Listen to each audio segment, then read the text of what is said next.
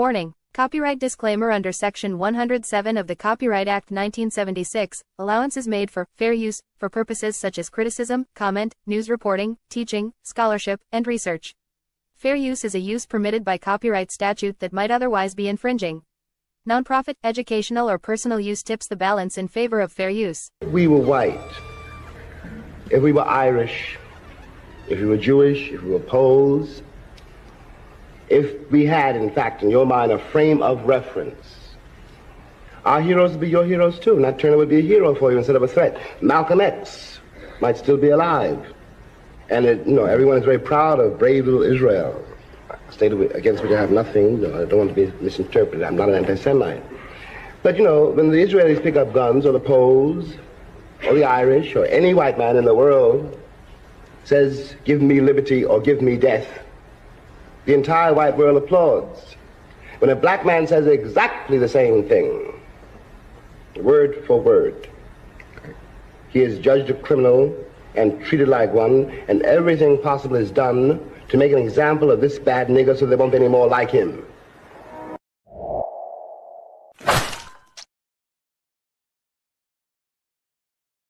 What it do, family and friends? Welcome back to the Church of Black Power. If you're not subscribed, oh, God dang it. Go ahead, hit that subscribe button along with the notification bell so you be notified whenever videos like this drop. Please make sure you're hitting that like and share button so we can beat up the algorithm. Make sure we get this message out to the ears that need to hear. And if you have not done so yet, please click that link in the description.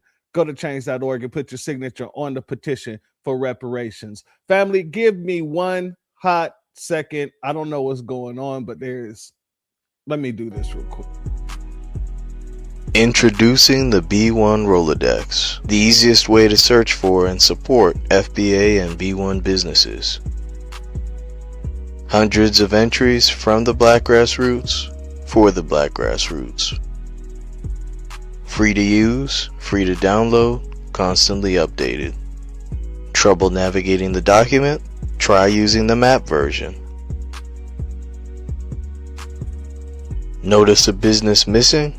Use this simple Google form to submit an FBA or B1 business. Also submit anti-Black businesses, which are now being collected in that last tab. Find resources, contact numbers, and much more using the second tab. All the info you need to start practicing group economics today. Go to blacktruthunited.com. That's blacktruthunited.com.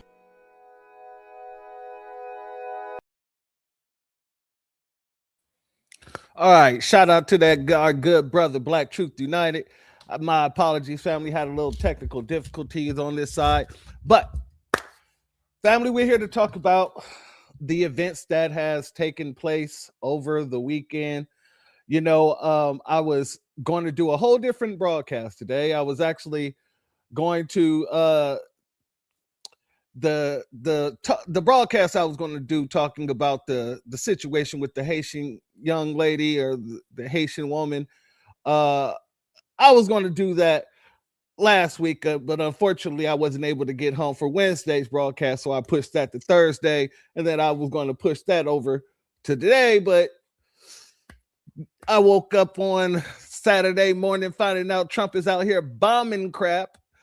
So, we had to push that one back in order to do this one here.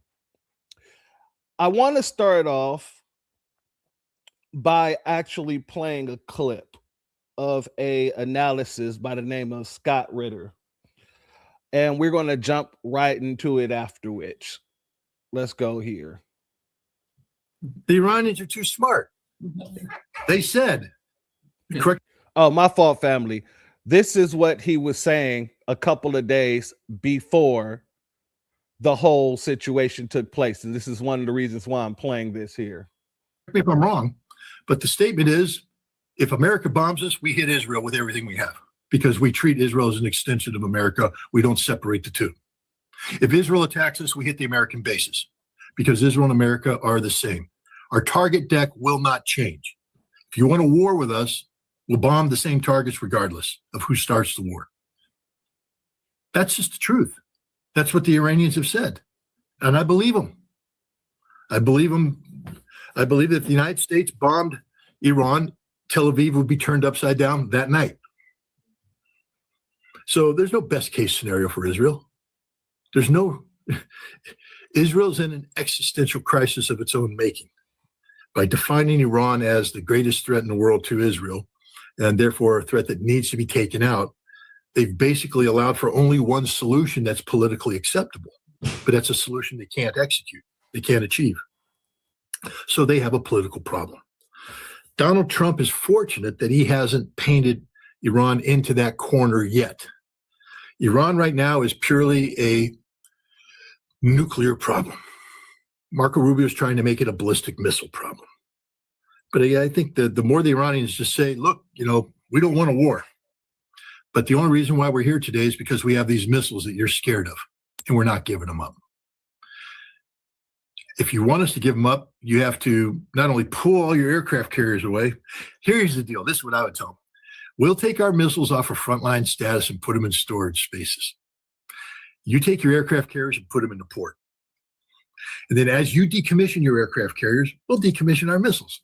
Meanwhile, we want inspectors on the ground in Israel making sure that all of their airplanes have been throttled down so they can't fly long distances. We don't want any Israeli aircraft that can reach Iran. And what reach Iran means they can't fly into Iraq and fire their standoff missiles. So you eliminate Israel's long-range strike capability verifiably. You eliminate your ability to, and then we'll get rid of the missiles. Fair's fair, right? Because anything else is just setting Iran up to be destroyed. The only reason why Iran exists today is because of its long-range ballistic missile program. That's it. That's the only reason. And to give it up and not insist on other changes is suicide.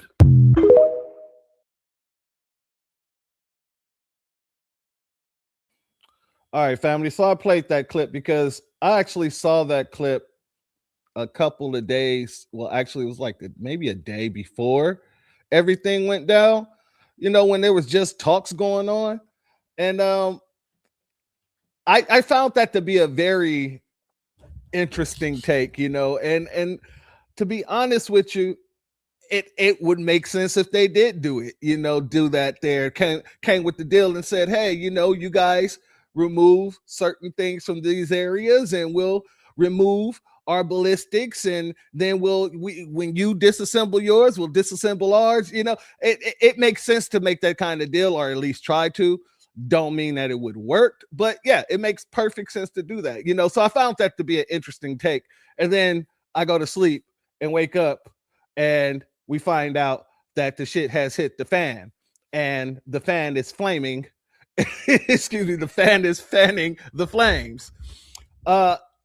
Before we get into what the president had to say, what the orange men in the White House had to say, let me go ahead and give the B1 salutes out.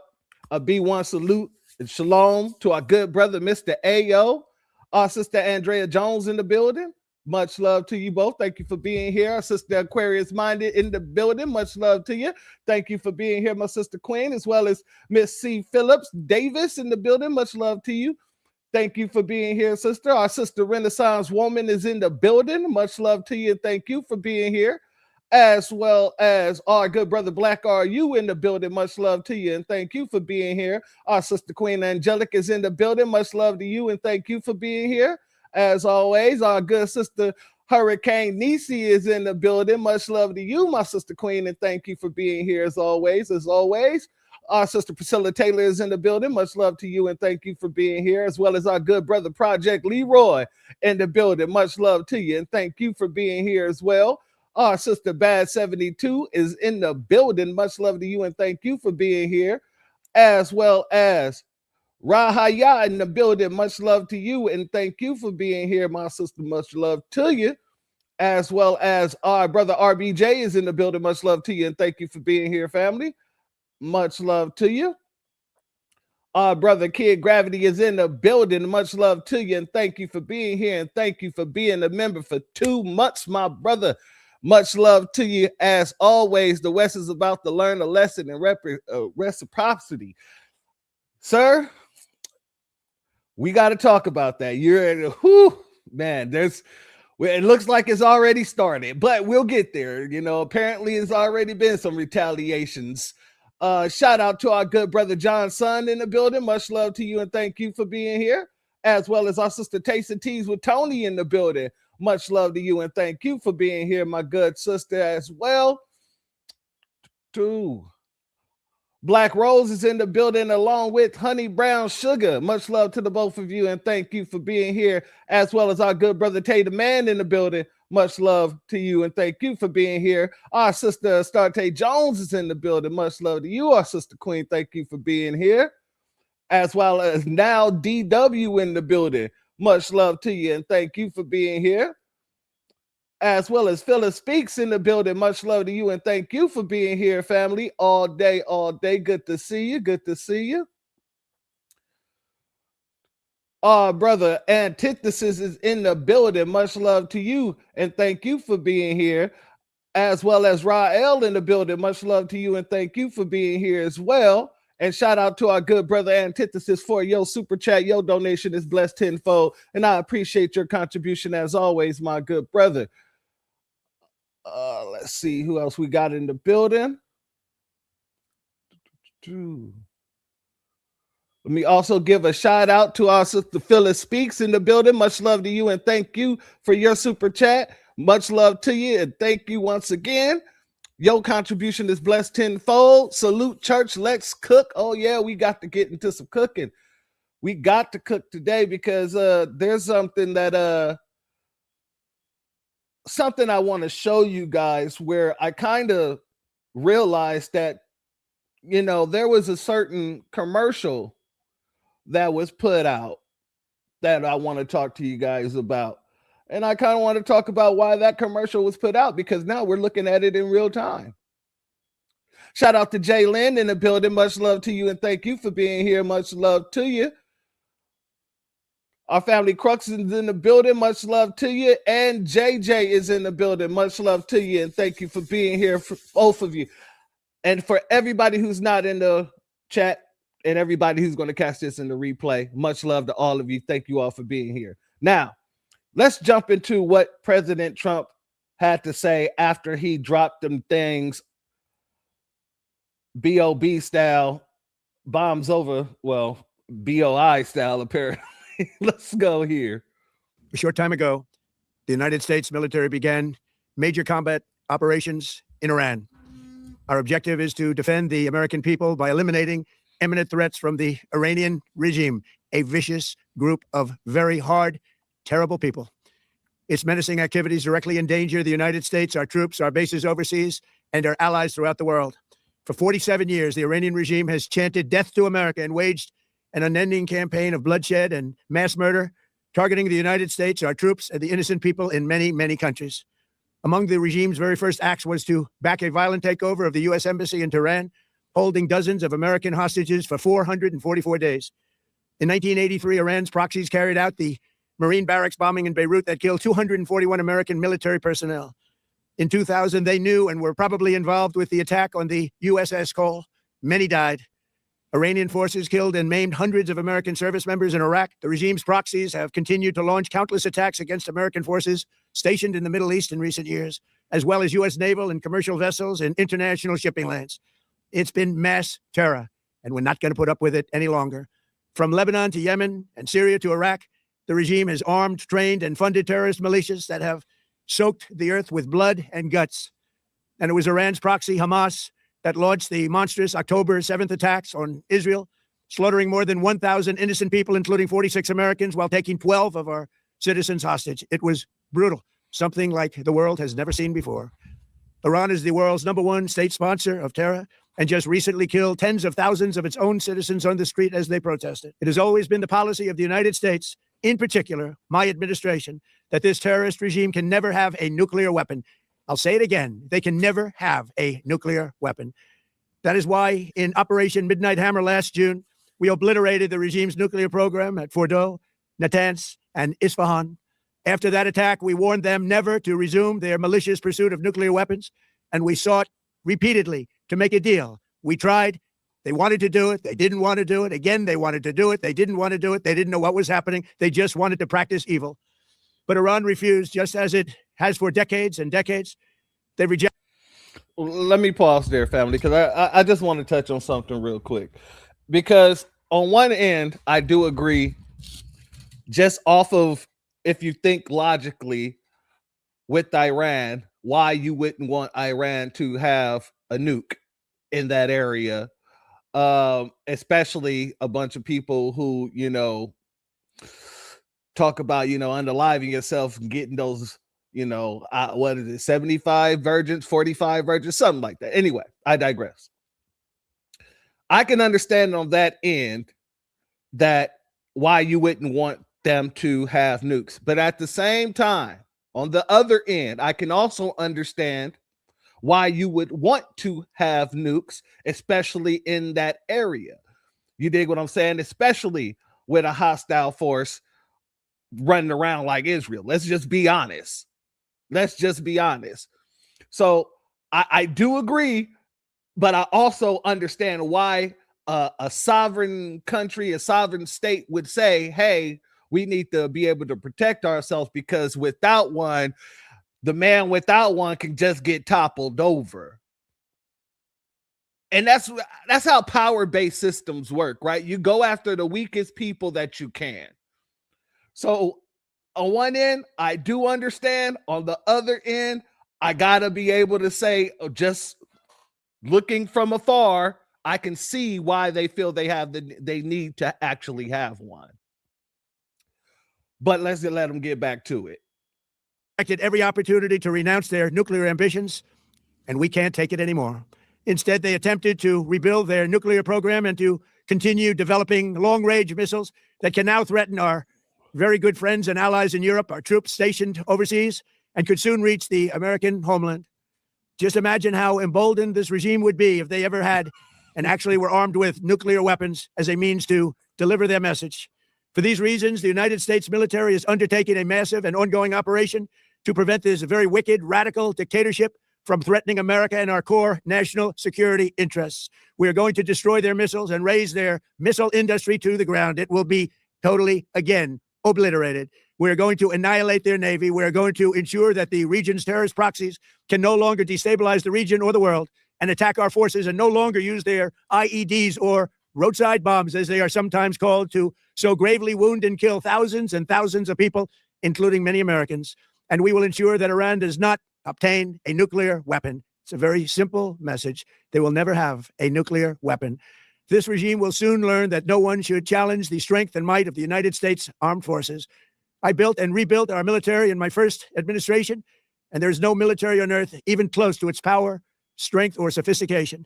My administration has taken every possible step to minimize the risk to U.S. personnel in the region. Even so, and I do not make this statement lightly, the Iranian regime seeks to kill. The lives of courageous American heroes may be lost, and we may have casualties. That often happens in war. But we're doing this not for now. We're doing this for the future, and it is a noble mission. We pray for every service member as they selflessly risk their lives to ensure that Americans and our children will never be threatened by a nuclear-armed Iran. We ask God to protect all of our heroes in harm's way, and we trust that, with his help, the men and women of the armed forces will prevail. We have the greatest in the world, and they will prevail. To the members of the Islamic Revolutionary Guard, the armed forces, and all of the police, I say tonight that you must lay down your weapons and have complete immunity, or, in the alternative, face certain death. So, lay down your arms. You will be treated fairly with total immunity, or you will face certain death. Finally, to the great proud people of Iran, I say tonight that the hour of your freedom is at hand. Stay sheltered. Don't leave your home. It's very dangerous outside. Bombs will be dropping everywhere. When we are finished, take over your government. It will be yours to take. This will be probably your only chance for generations. For many years, you have asked for America's help, but you never got it. No president was willing to do what I am willing to do tonight. Now you have a president who is giving you what you want. So let's see how you respond. America is backing you with overwhelming strength and devastating force. Now is the time to seize control of your destiny and to unleash the prosperous and glorious future that is close within your reach. This is the moment for action. Do not let it pass. May God bless the brave men and women of America's armed forces. May God bless the United States of America. May God bless you all. Thank you. Now, shout out to our good brother Melvin C. in the building, and as well as our good sister Mrs. L in the building. Much love to the both of you, and thank you both for being here. Now, many of you was mentioning in the chat exactly what I was about to say. As somebody who was getting out of high school in 2001, I remember what the language sounded like when I heard about the WMDs, the weapons of mass destruction in Iraq, and why Bush just needed to get his hands all over the place. And it sounded something similar, to be honest with you. I'm going to play it. Let's go here.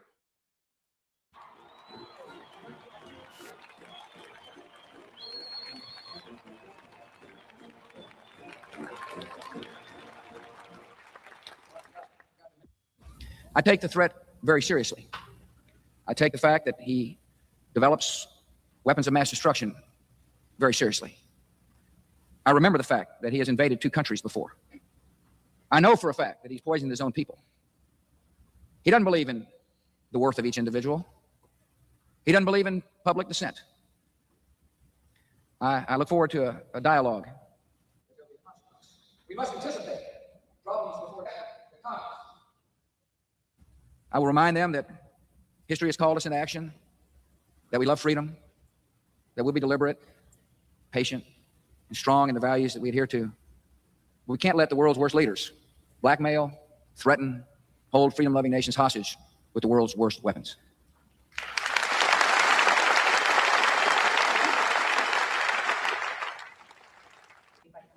Yes. I think you can make the case, hypothetically, very theoretically, you can make the case that there are occasions that might require preemptive action. That's why I say, give us the facts, give us a far better appreciation of the circumstances involving Iraq, and that may be one of them. But that case has not been made so far. Do you have a sense yet of the Senate or the House bill on this approach with the administration's narrow? Yeah, family. I remember quite clearly George Bush laying it on thick. Not just George Bush, you had people like the late Dick Cheney, Donald Rumsfeld, Colin Powell. He threw his whole credibility away in order to push this war. Threw his whole credibility away. Like, out of everybody in the Bush cabinet, the only one that really had any type of credibility was Colin Powell. And that man allowed himself to toss all his credibility away in order to lend it over to George Bush. Condoleezza Rice, she didn't have no credibility. So yeah, you know, all these folks had a large part in getting the Iraq war off the ground. God dang, what's his name? Lindsey Graham, John McCain. Like, you had so many folks that was putting and laying it on thick in order to get us over there. And then after which, it was just about, oopsie, we, you know what? I never really believed it, but you know, but just in case, you know, but I don't regret that we went over there, but you know, we probably should have did more due diligence. They came out like this, like Bush ended up coming out later on. State of the Union with Candy Cole at CNN Sunday morning, 9 Eastern. You talk about how you just fell to your stomach when you found out there were no weapons of mass destruction. Can you bring me to that moment? Did someone walk in and say, we've stopped looking, they're not there? How did that happen? It just kind of was, it evolved. The fact that there wasn't weapons evolved. I mean, when we first got in there, started looking around, you didn't find anything. So they got there, they found out there was no weapons of mass destruction, and then he said what? It evolved. It became more than about the weapons of mass destruction. And now, since we're already in here, we might as well go ahead and, you know, topple some stuff over, don't you know? He said, yeah, no, I wasn't really that disappointed, to be honest. Shout out to Sybil in the building. Much love to you, and thank you for being here, and thank you for your super chat. Your donation is blessed tenfold, and I appreciate your contribution as always, my good sister. Yeah, he wasn't really that toe up. because he didn't really give a damn about the weapons of mass destruction in the first place. We already knew this. Most of the people who understood the history of his father, this man said it out of his own mouth in the interview at one point. He was like, besides, you know, he did go after my father. So people really knew what this was. This was just a return of the same war that his father was fighting, so the same people can make more money. And this looks like a repeat of history. But let's let him continue. Monday morning, 9 Eastern. You talked about how you just you fell to your stomach when you found out there were no weapons of mass destruction. Can you bring me to that moment? Did someone walk in and say, we stopped looking, they're not there? No, Who was it? How did that happen? It just kind of was it evolved. The fact that there wasn't weapons evolved. I mean, I was, you know, when we first got in there, started looking around and didn't find anything. I get that kind of sinking feeling that, oh, and then time went on. And then we got tips, you know, I'll never forget the tip that there was crates buried, you know, hidden in the Euphrates River. They found, maybe these are them. And they sent frogmen and there was nothing there. And so, and then, of course, George Tenet had the, you know, the inspectors go back in, or David Kay and Dolfer, but pretty well put was a period at the end of the sentence there. And yeah, I felt terrible about it. And on the other hand, those reports did point out that Saddam Hussein was very dangerous, that he had the capacity to make weapons. And I'm convinced that if he were in power today, the world would be a lot worse off. One of the things I think that I thought about at the time, and I wonder if you did, and you talk a lot in the book about Abu Ghraib and how outraged you were about that, about not finding WMD when you had a CIA director who said slam dunk. He said slam dunk at the case. He didn't say slam dunk weapons. His point, just so you know, was that the case was a solid case. In other words, presenting the case would be a solid case to the people. A solid case that there were WMD. Right, but the evidence showed that he had WMD. I'm not, we're splitting hairs. Right. I'm sorry. Well, but my question is, when you look at those things about Abu Ghraib, about the WMD, it seems as though no one ever paid for that. We went to war largely on that basis, and I know you argue that that there is an argument that we're better off without Saddam Hussein, who was a brutal dictator and a horrible man. But the fact, we don't know that. I mean, we can speculate that we're better off, but you know, it sounds like to me that you guys went in there, couldn't find what you were looking for, and you said, "Hey, if we off this guy, then you know that's still a silver medal. We could take that." Take that as a dub. We can't leave here empty-handed. What did Denzel Washington say? I'm from around the way. I'm leaving with something. That's what I think that mindset was when y'all got there and realized what you realized, even though you most likely already knew that there was no weapons there. That's just my opinion. Shout out to our brother Kid Gravity.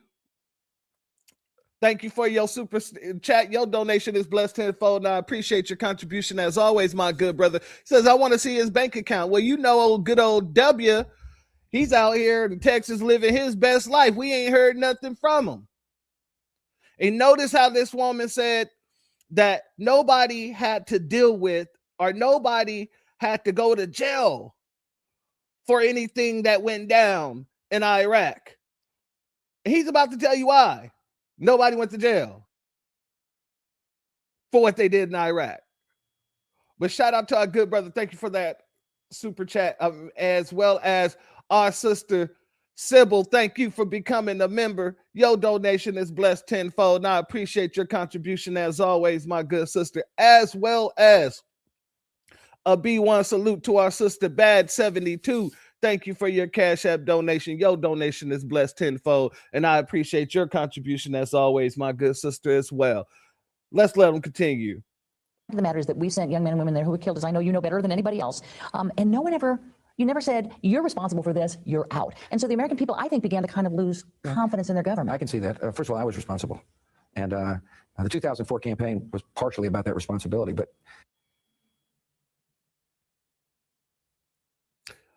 well, so you're admitting that you were responsible. So why don't you turn yourself in and do whatever time is given to you for going over there and causing a mass genocide, going over there and acting like Trump acted, to be honest with you, quite literally.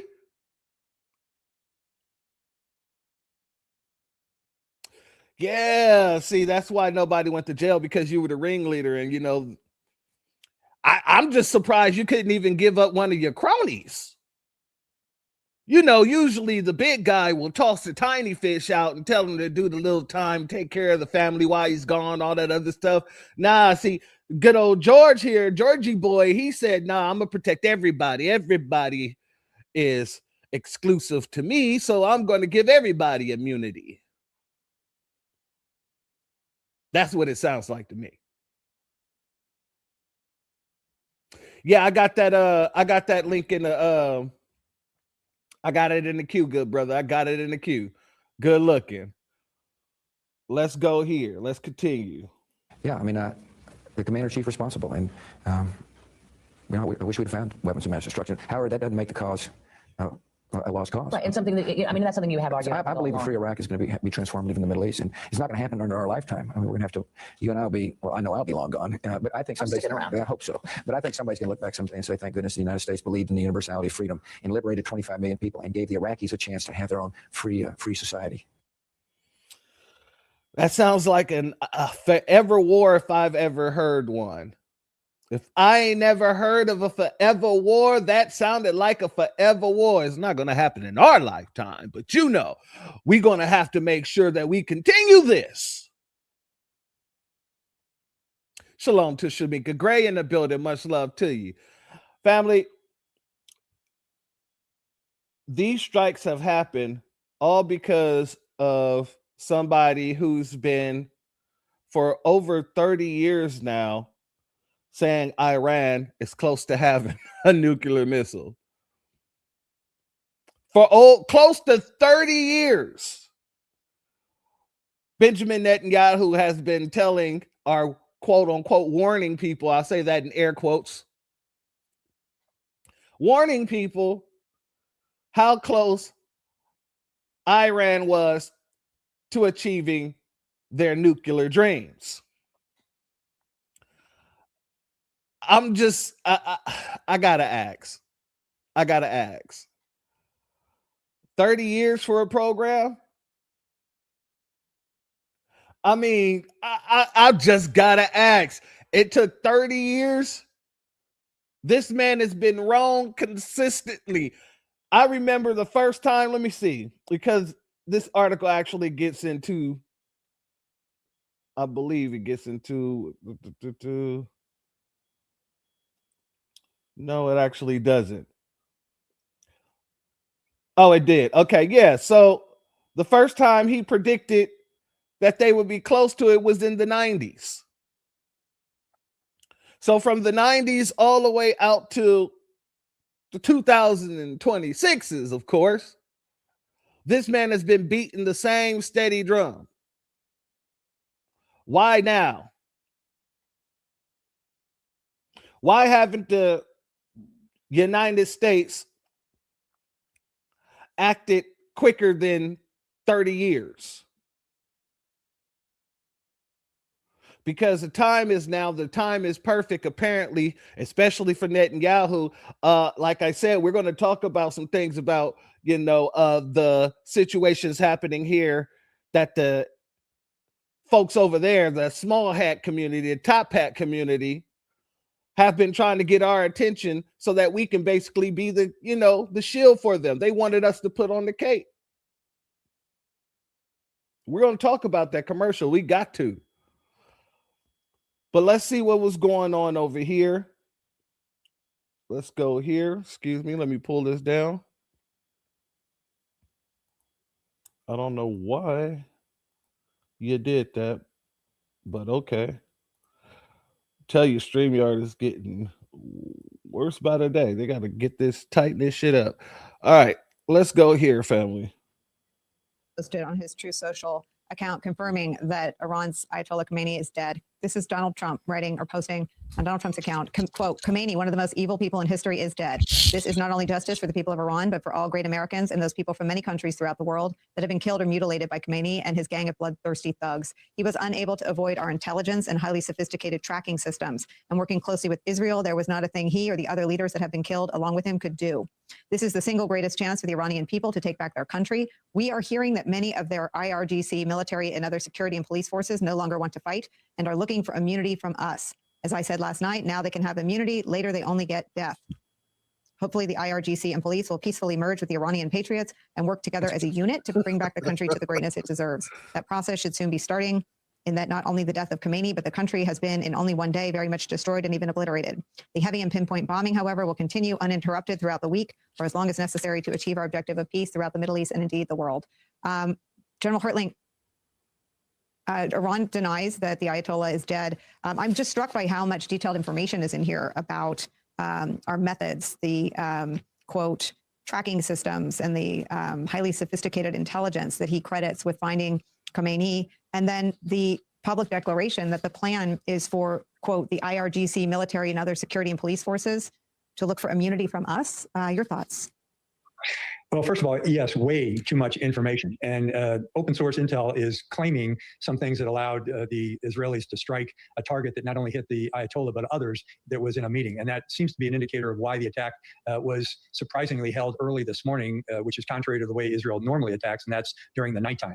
But all of that is conjecture right now, Nicole, but I think the president just confirmed some of that conjecture to allow people to connect the dots in terms of tracking mechanisms. When we're talking about the media, I mean, we're about 18 hours into this, and to suggest that a regime, and especially the IRGC, which is a rabid military force, would suddenly change their coats and change their colors after 47 years of declaring the United States the great Satan seems to be a stretch for me. I don't quite believe that it's been that successful just yet. And you also have an Iranian state which has, you can't say it any other way other than layered redundancy in the IRGC, the Baji militias, the intelligence services, the security forces, and the controls that frame external strikes as proof of foreign hostility. That's what the population has been told. They've also seen regime change in every other country, as Ben Rhodes said earlier, Libya, Syria, Iraq. So when you're talking about a population that may even be dissatisfied with their government, can suddenly rally against what it perceives as an external aggressor, that's a little bit of a stretch in terms of logic and reason for right now.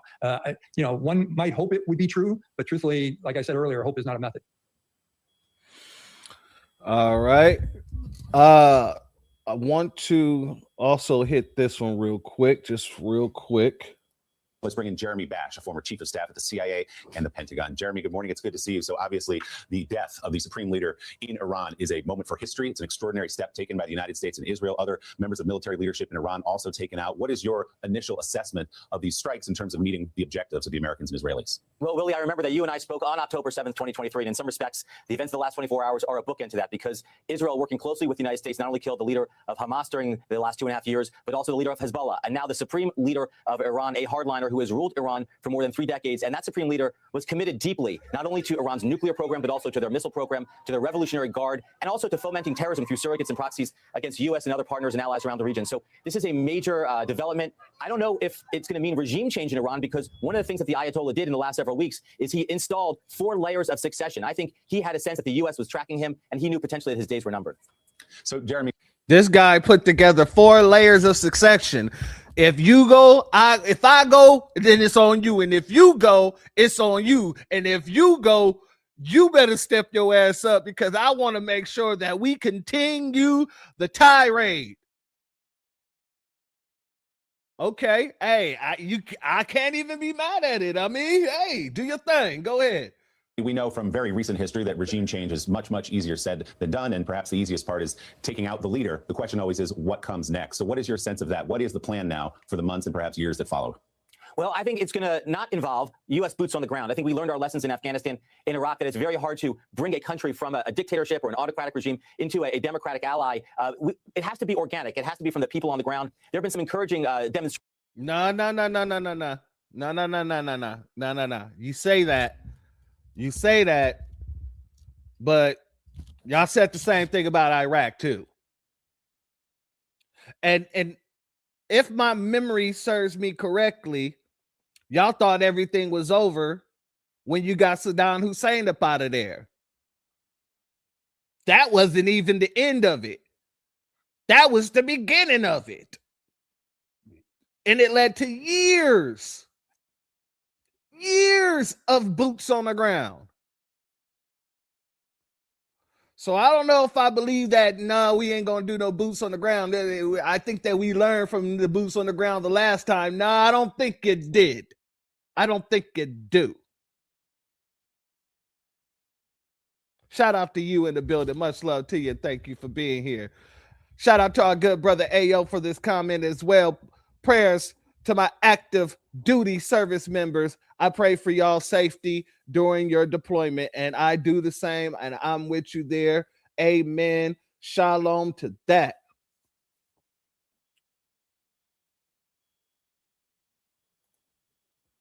The Republican Guard was giving our troops the blues. Yep. Absolutely. Absolutely. Continue. Demonstrations by Iranians around the world saying, we're ready to take our country back. But this is not going to be easy because, as Richard and others pointed out, the Iranian government is still firmly in control. You can't have regime change from the end of an F-22, an F-35, or a Tomahawk missile. It's going to require some element, some presence on the ground. And so I think the United States needs to develop a strategy if it is really committed to this outcome. And of course, it was just last month that young Iranians took to the streets to voice their opposition to the regime, and thousands of them were killed brutally. Jeremy Bash, we always appreciate your expertise. Thank you. Hey, thanks for watching. Don't forget, you can catch the Today Show every morning. Now, family, shout out to our good brother Torian Rain in the building. Much love to you. Thank you for being here, my good brother, as well as Phoenix in the building. Much love to you, and thank you for being here, family. Now, family, I've been looking at some of the feedback from some of these folks that's from over that way. And of course, the same thing that was happening with the Venezuelans. And once, Trump went in there and got Maduro, kind of the same thing is happening right now with some of these folks. And, I can't tell them how to feel at all. I'm not here to do that. I'm not here to tell them how to feel under this situation, with this situation happening, because they was under that dictator or whatever the situation may have you. Okay, cool. You have the right to feel how you feel. Now, I am going to bring up the pattern, though. This is the very same pattern that we seen during Iraq. And if y'all remember, after Saddam Hussein got taken out, the Iraqis was dancing in the streets.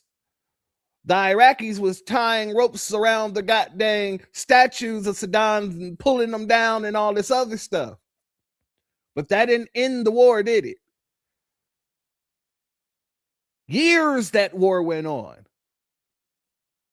So when I see people happy about the toppling of, that government, I can understand on one side, those are your personal feelings. Okay, cool.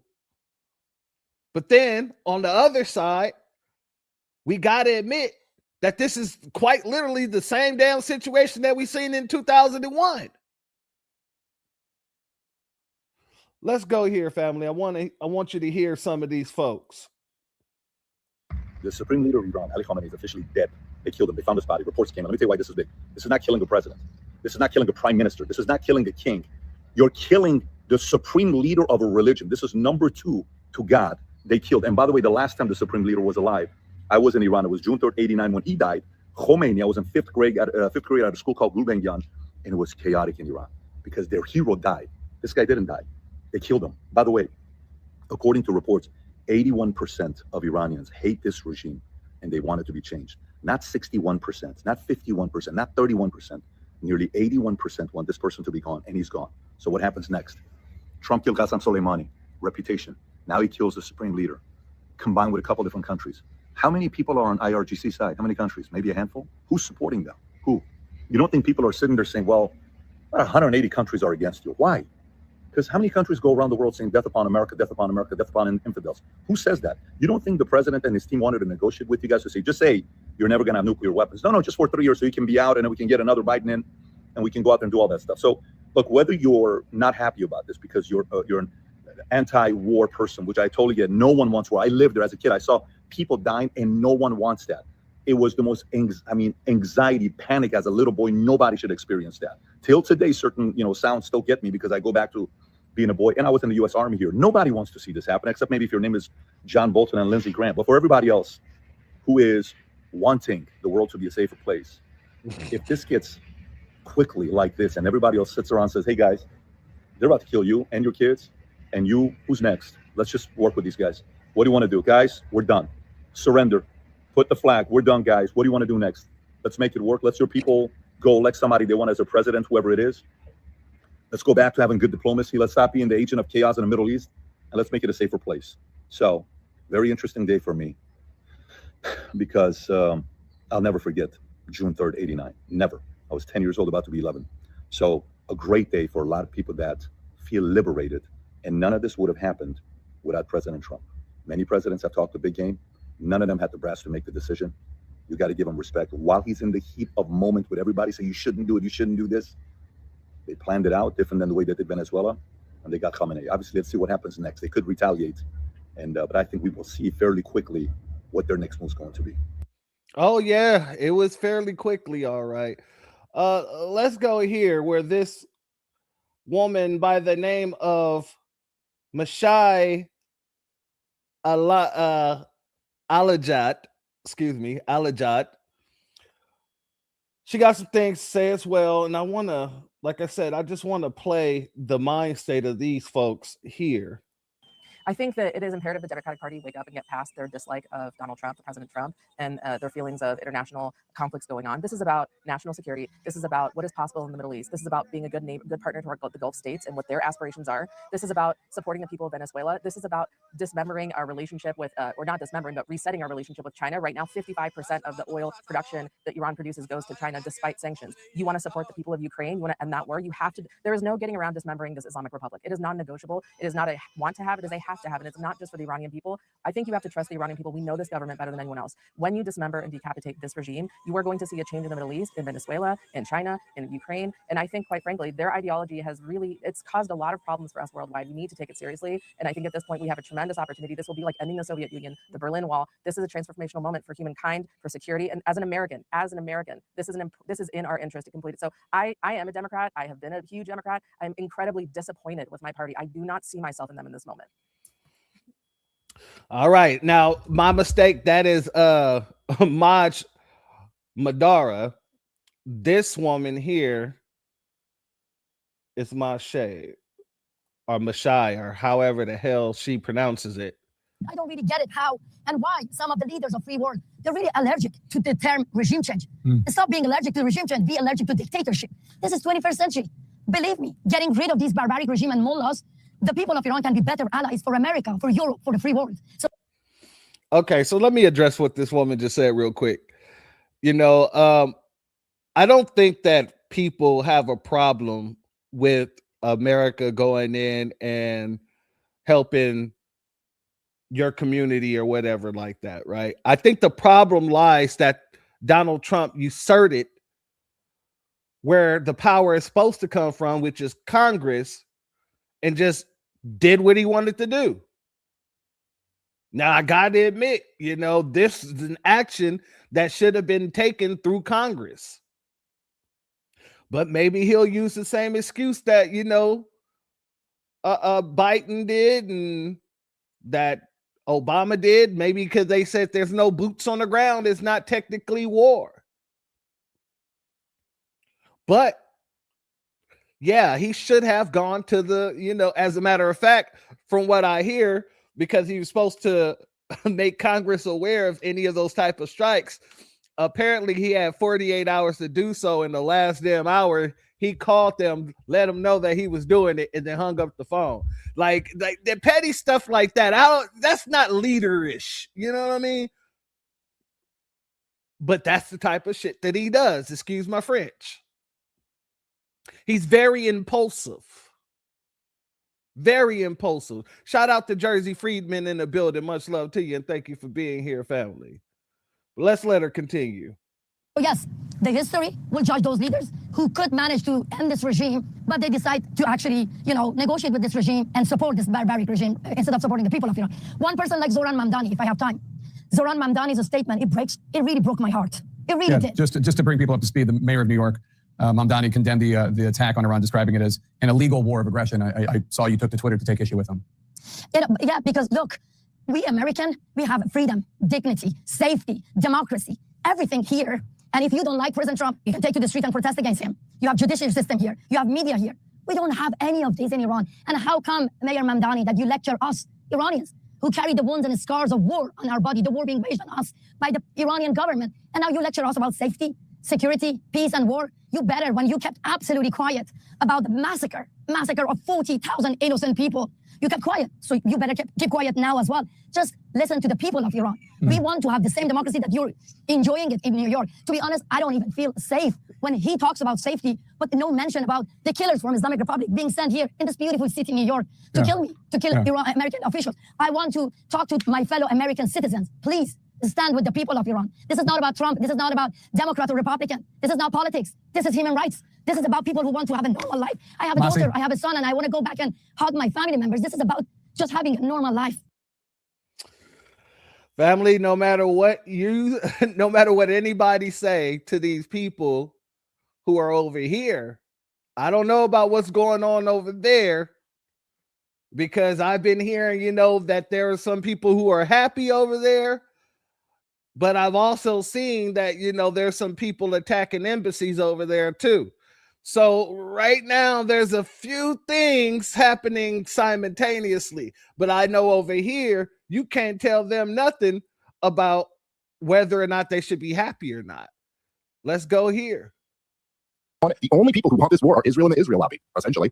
That's not true. Alec, I can see you frowning there, Alec. What's your response to Dave Smith? First of all, the idea that Israel wants this war and therefore that negates everything else in the universe just proves that this anti-Zionist ideology makes Israel the sun around which they orbit. And when they orbit Israel like the sun, nothing else exists to them anymore. It is perfectly possible for multiple people to align in a shared goal. Of course, Israel wants this war. Why would Israel not want to take out a regime that has been terrorizing them through their proxies, not just for the past 2 years, but for the past decades? Of course, it is in Israel's interest, as it should be, because why wouldn't you want a terrorist state that has an eschatological vision of eliminating you for justice to arrive on earth to be eliminated? Okay, yes, we all understand it is Israel's goal, and good for them that it's their goal. Okay. Second of all, the Iranian people also have their own sovereignty, their own national interests in mind, and those are aligned goals. Now, it isn't just the Iranian people, it isn't just the Israeli people. If you do not eliminate the Islamic regime, you end up in a forever war that ultimately implicates the US. And so if you don't want war, you take out this regime. You said you could do diplomacy with a regime all of these years. You tried to do the JCPOA, you tried to do this Obama-style diplomacy, and then what happened down the line? Their proxies just kept getting stronger. They continued to do their attacks all over the Middle East. They did October 7th, and what happened when October 7th happened was that Israel had to go to war with Hamas, and guess what? The US had to be implicated to defend its ally. So if you don't want a forever war, forever and ever and ever and ever and ever and ever, you have to eliminate the source of the forever war. You have to eliminate the people.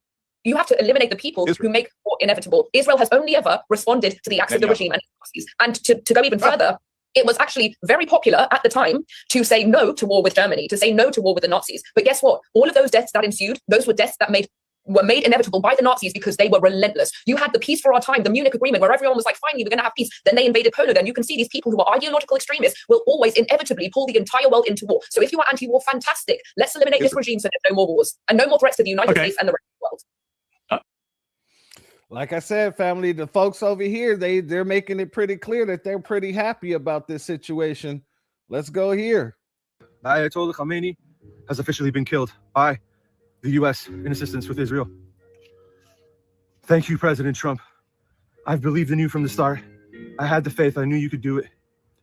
I've got some beef with Netanyahu, but I do appreciate their assistance in this operation.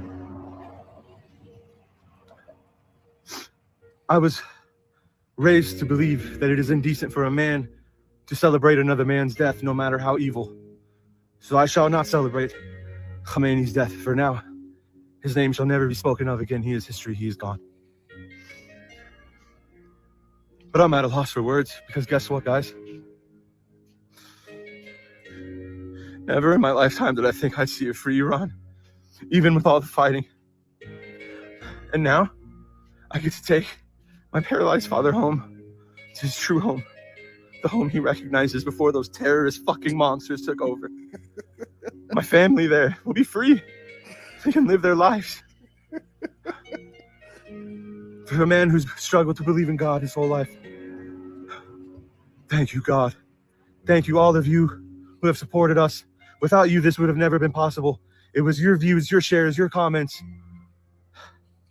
God bless all of you. I love you all. Thank you. In my lifetime, I get to see a free Iran. I get to take my dad back home to his home. We going back home, Dad. Reza Pahlavi, the Crown Prince of Iran. He is the man to take over. He has a 100-day plan to institute a constitution to democratically elect a form of government. He doesn't want to be an absolute monarch. He wants to be a constitutional monarch. He doesn't even want to be a monarch. If they vote for him to be a monarch, he will only do it as a constitutional monarch to protect the rights, because the Constitution will be rights-based. Freedom of speech, freedom of religion, freedom of everything, women's rights, gay rights, minority rights, all the beautiful rights. Reza Pahlavi is the man to lead Iran. We need him. We need him now. Ayatollah's history. Let's move forward. Iran is free, baby. This is what we work for. I love you all. Thank you. Well, family, I want y'all to answer me this question. How many believe y'all when he said now he could take his father home to his home where he belongs? I don't know. I don't know if you'll be able to do it so quickly, you know, because right now, man, they have taken the proverbial feces and made it hit the fan, ladies and gentlemen. So let's get over here and talk about that. Shout out to our good brother Jesse Paris in the building. Much love to you. Much love to you. And I heard y'all, I was reading on Dusty Rose Jr. Oh, cold beans. Oh, I was sitting there trying not to laugh, but god dang it, I just kept reading the damn comments. Shout out to our brother Only Us in the building as well, family. Much love to you. Much love to you. Now, a few days ago, on the 24th, Iran put out a video clip showcasing, some of the ballistic missiles that they have. So let's go here. Jaw-dropping footage of a mass ballistic missile launch, multiple sites, mobile launchers, full barrages raining down across the southern shores of the Gulf. The ideological arm of Iran's military are showing the world just how far they can strike.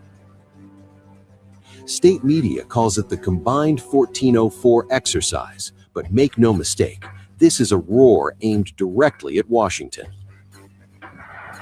The video is stunning. Missile after missile, launched in near-perfect synchronization, leaving trails of smoke that stretch across the horizon.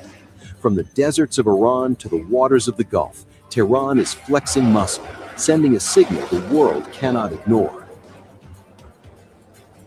It's not just a display of firepower, it's a statement. A declaration that Iran can and will project force, even as global tensions rise and war drums echo louder across the region.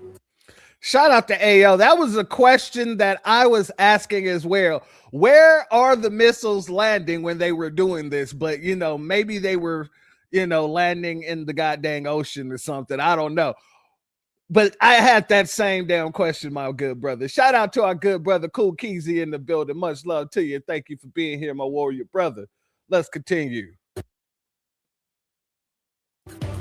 Military analysts are calling it one of the largest coordinated missile exercises in recent memory. Multiple launch sites, mobile platforms ready to strike on the move, and a barrage designed to overwhelm defenses. Iran is showing that its military isn't static. It's agile, unpredictable, and deeply committed to sending a clear warning. Any attempt to intimidate or strike Tehran will meet a response with devastating speed. Washington is watching, but so far, no reaction.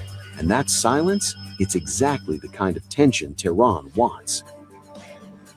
The footage isn't just propaganda, it's a psychological weapon, a message that Iran can unleash firepower at any time from multiple fronts. Across the Gulf, ships, cities, and airspace sit under the shadow of this display. The message is unmistakable. Iran is ready, Iran is capable, and Iran wants the world to know it. These war games are not just for show. The Revolutionary Guards are drilling, testing, and rehearsing strikes that could reshape calculations in Washington and beyond. Every launch, every countdown, every missile that streaks across the screen tells a story of preparation and resolve. The imagery is terrifying. Smoke, fire, and the relentless power of a nation unwilling to back down.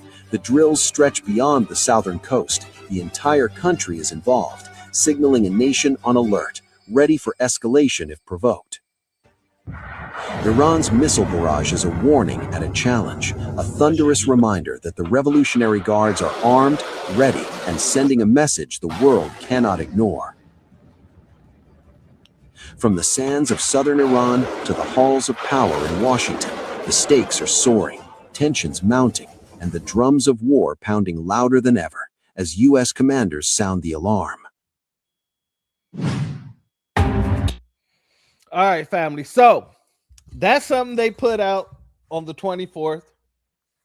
And then the situation happened with Trump. And then they put out another video clip. And you have this guy, I don't know if he's MAGA, but it sounds like he's MAGA. He might just be MAGA. Let's just say he's MAGite. And he's kind of clowning the fact that they put out this video, because in the video they were talking about what they were going to use to do a counterattack, and they said that they were going to be pulling out the F-4 Phantoms. And so this guy took it upon himself to kind of, question whether F-4 Phantoms would be the right type of, aircrafts to use against the things that Americans have. Let's go here, family.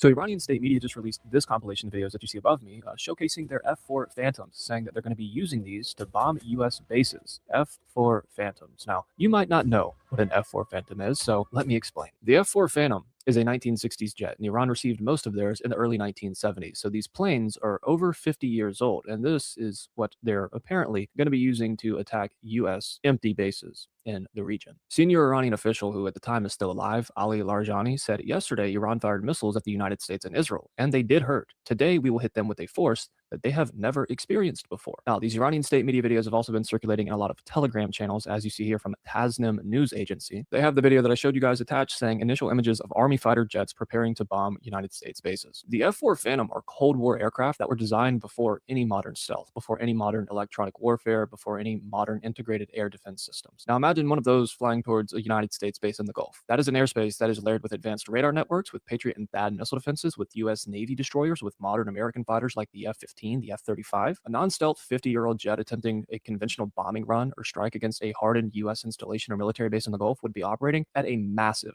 disadvantage. So yeah, from a purely military standpoint, the announcement is close to laughable. Like, you're going to attack us with your 60-year-old Cold War F-4 Phantoms? This is like the equivalent of, and I'm sorry to all of the older people who follow me, saying that a NFL team in the 1970s would beat one of them today. It's just not the case. Now, of course, this doesn't mean that Iran is harmless. It simply means that this specific messaging, like much of their messaging historically and still today, is theater. Everyone knows, including the leadership within Iran, whom, rest in peace, they're all gone, that their actual leverage historically has been their ballistic missiles, their cruise missiles, their drones, and their proxy militias, because they've always been too cowardly to actually wage war from Iranian soil. So they've used their proxies, whom they fund regionally, to cause chaos. All of those things is where the escalation risk really lives, not this video of an F-4 Phantom. This is purely domestic optics for regional signaling, basically pride and deterrence narrative saying, oh, they hit us and we're going to hit back. It's not going too good for them right now.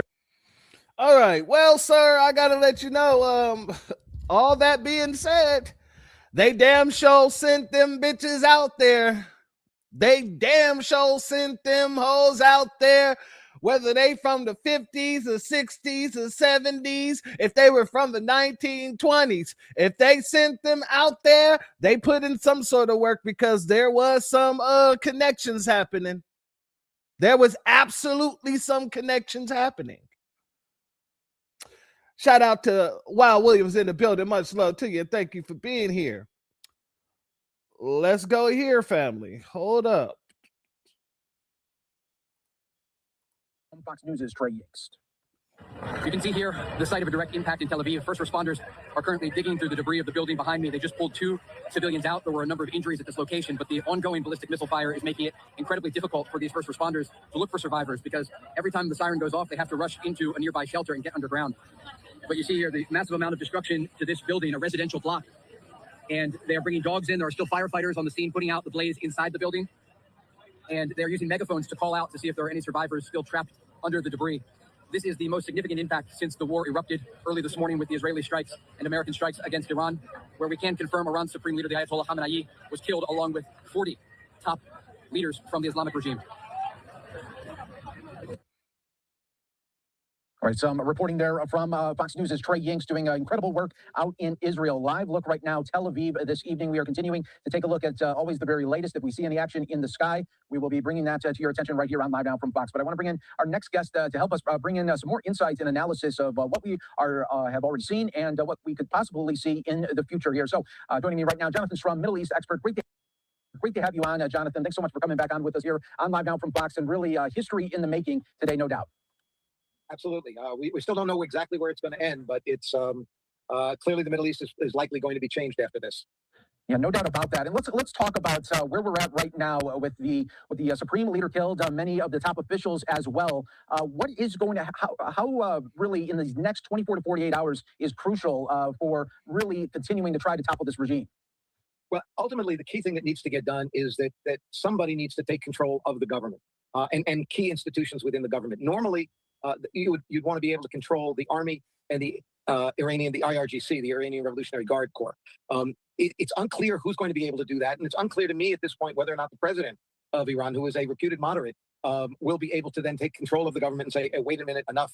We're going to go with it. We're going to go with a new regime." We don't know that yet. To the best of my knowledge, the president has not been seen in public. The foreign minister has, but he does not have really a base of power.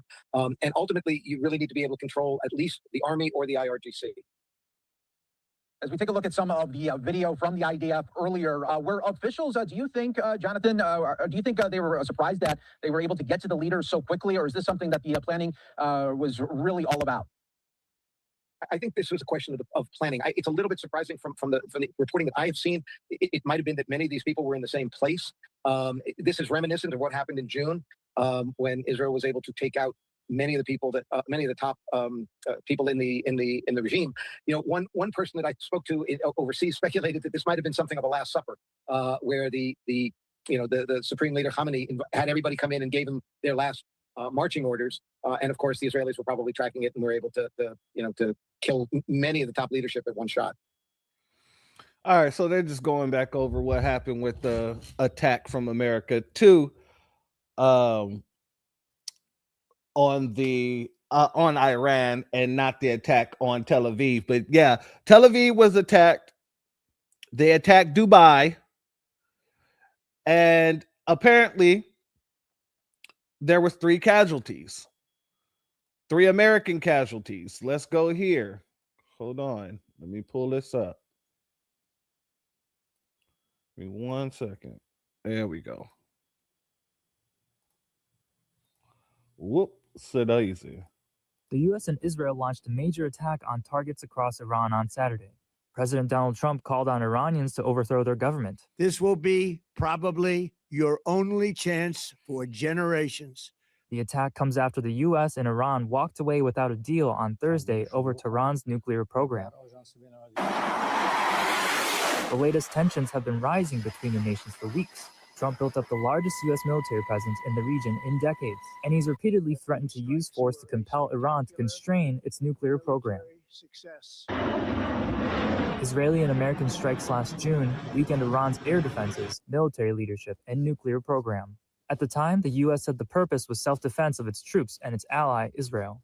This mission was not and has not been about regime change. In January, Iran cracked down on nationwide protests after growing dissent against ruling clerics.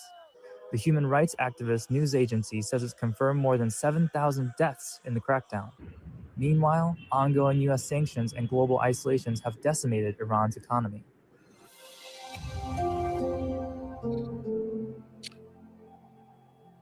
That wasn't the right clip. All right, family, my bad. Let's go here. In action.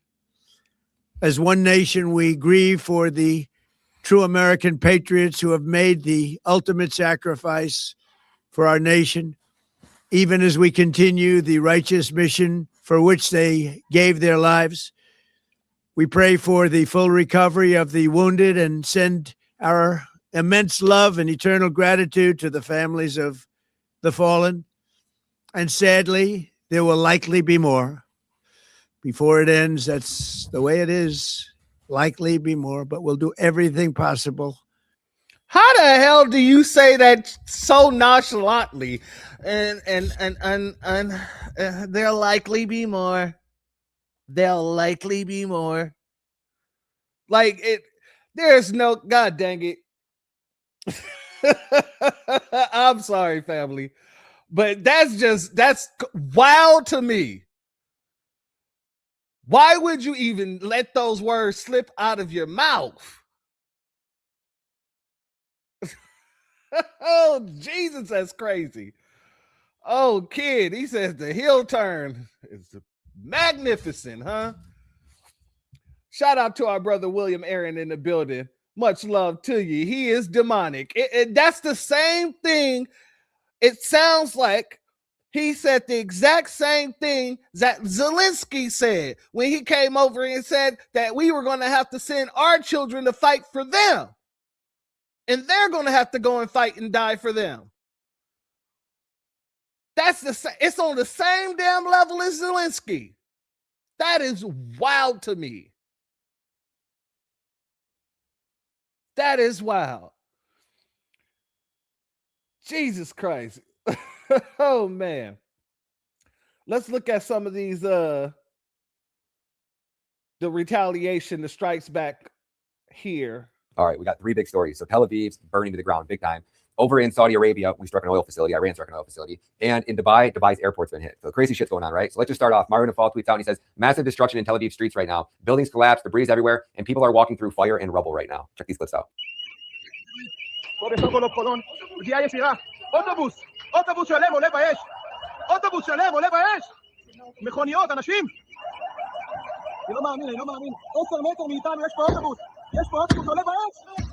Now, the next clip, not 100% sure if this is Israel or what this was, if this was our troops. I think that's what the people are alleging in this video, but still seems a little weird to me, the slow motion part of it versus the way they're talking. I don't know. You guys let me know what you think. No fucking way! No, baby, no! Yeah, we're dangerous. Oh my God! Yes, I'm filming! I think we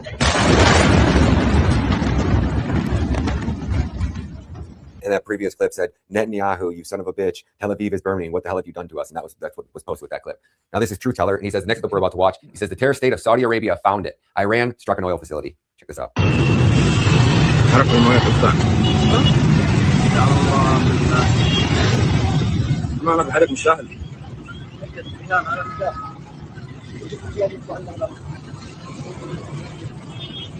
الجوي حتى عندنا نفسه عندنا ايوه نفس الجوي ما كله غاز وبترول ما شفت بقرات هناك هناك كيف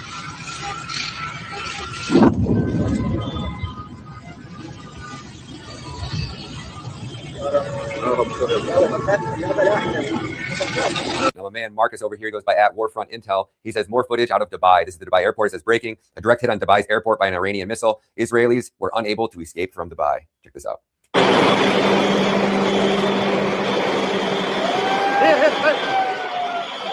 And I don't know about you, but not one American should be coming home in a body bag if it wasn't for President Trump being surrounded with a bunch of neocon scumbags with $38 trillion in debt. We got drug addicts littering our streets. They're taking pensions away from our fucking veterans. They're cutting veteran benefits. We have homeless people fucking everywhere, drug addicts everywhere, corrupt politicians robbing us fucking blind, and we couldn't arrest one pedophile on the Epstein list. But you got war with Iran, you got a regime change in Venezuela. We have fucking military operations going on with the cartels in Mexico. We're talking about taking Cuba and buying Greenland. President of peace, right? I gotta agree with the Nabisco. I mean, I usually don't like to agree with the Nabisco, but I'm inclined to agree with this Nabisco. Like it makes no sense, but this is the world we're living in at this point in time. This is the world that we are living in at this point in time. Let me give a B1 salute to Sweet Butters in the building. Much love to you. Thank you for being here, as well as our sister Kim Brown in the building. Much love to you, and thank you for being here, my sister. Excuse me. Oh, excuse me. 1 second, family.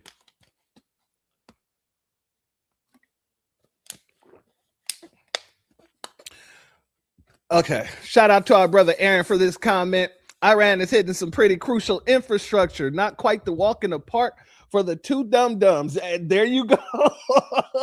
It wasn't as slick as they thought it was going to be. The can of oil has gotten pretty rough is what's going on there. let's head here, family. And a wave of explosions lighting up the night sky, air raid sirens echoing across major cities. And oh, yeah, because they didn't just strike again. Let me put this on the table as well. So apparently they didn't just strike.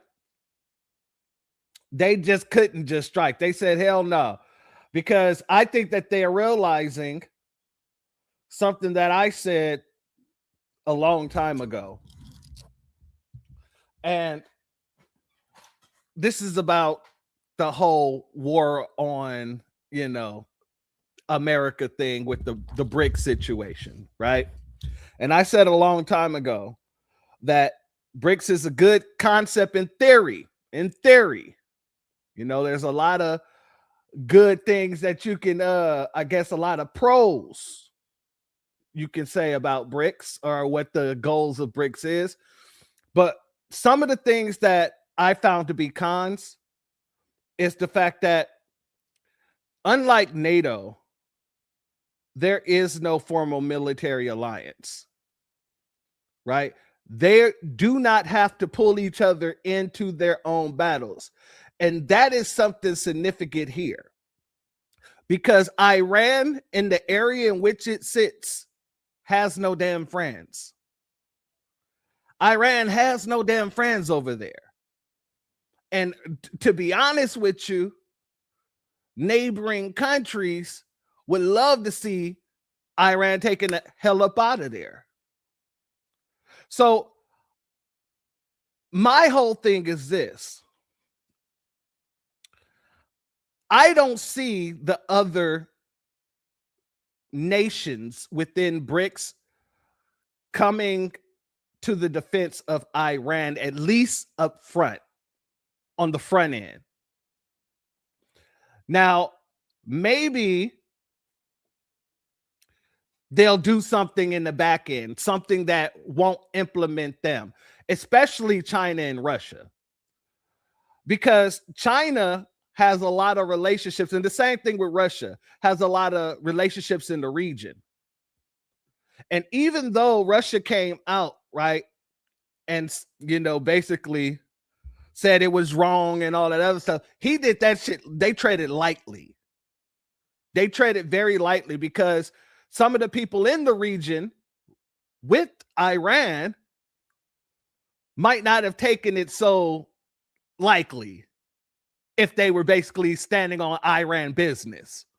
So with China and with Russia more specifically, I find it to be more about business, more about money, right? And if they cannot benefit from it at that point in time, I don't think that it would behoove them to send in some of their, their soldiers to put in some work.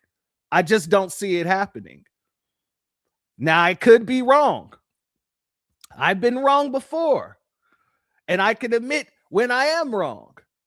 But just looking at the circumstances that surrounds BRICS, I don't think that they're going to be coming together in order to give the support to Iran in a way that a NATO would. And that's just my opinion, especially with, let me go here real quick. Let's go here. So especially with some of the countries that they just admitted, right? Like Saudi Arabia. I don't see Saudi Arabia coming to bat for Iran. And let me tell you why. It's because of the same reason that our brother Kid Gravity put into the chat a lot earlier. Saudi Arabia plays both sides of the fence. That's what they do. And I don't think that Saudi Arabia would want to risk getting sanctioned or actually being pushed away from the deals that they have with America. I just don't see it. I just don't see it, because like I said, they've been playing both sides of the fence for a while now. So they also just shut down, what is it called? The Gulf of Hormuz, excuse me. Yeah, Iran don't like Saudi Arabia either. And that's what I'm saying. Like a lot of these places, I kind of feel like they, and I don't want to say this in the wrong way, but I do feel like they're watching to see what happens, because it may benefit them more if Iran is taken off of the map. Hell, it may benefit BRICS more if Iran is taken off of the map. I know that China would probably go directly through the AU, probably, or something like that. Hormuz, yeah, excuse me. But yeah, I don't think that the BRICS is going to come together like, you know, a NATO would in order to give support, unless it's behind the scenes support. Like, you know, they might send something on low, but don't tell nobody we did this. You hear me? Like that type of stuff. But let's go here, family. Let's go back here, because I want to, the Strait of Hormuz. Let's go. Rising fears of a widening regional conflict. The war, which started with US and Israel launching strikes on Tehran, has now engulfed the entire West Asia after Iran's retaliation, sending it into utter chaos. Now, on Saturday, several videos from Tehran showed large plumes of smoke rising above the capital as IDF targeted locations where senior political and security figures were gathered. The most significant strike targeted compound of Leadership House, the office of Iran's Supreme Leader, Ayatollah Ali Khamenei. The strikes not only killed the Iranian Supreme Leader, but China needs Iran's oil. Hey, you know what? Look, let me show you something. Because China, if they lose that oil, they can get oil from Russia, but more likely they'll probably get the oil from this region here. Hold on, let me show you something. Give me 1 second. So if Iran is taken down, somebody's going to have to take over that oil, those oil deposits. That's one. But they can still get oil from the UAE. Don't get that confused. The UAE is also serving oil up out of this region too. So, you know, it isn't just Iran. Now, Iran is more convenient. It is definitely more convenient.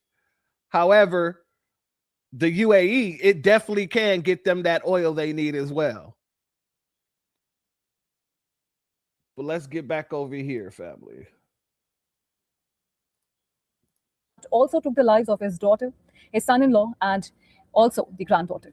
Now, there are also reports that the house of former President Mahmoud has also been hit, while another confirmed strike destroyed the area around the Iranian Ministry of Intelligence.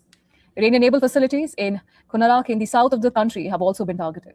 The Iranian state media, citing an official for the country's Ministry of Education and School in Minab, it was targeted by 3 missile attacks. Well, parallel to this, military sites in Kermanshah, Qom, Sfahan, Tabriz, and Karaj, another IRGC base, was bombed in the small city of Kamhiran, while Harir Air Base in Iraq's Erbil also came under fire. Simultaneously, port cities of Chabahar and Bushehr also came under attack.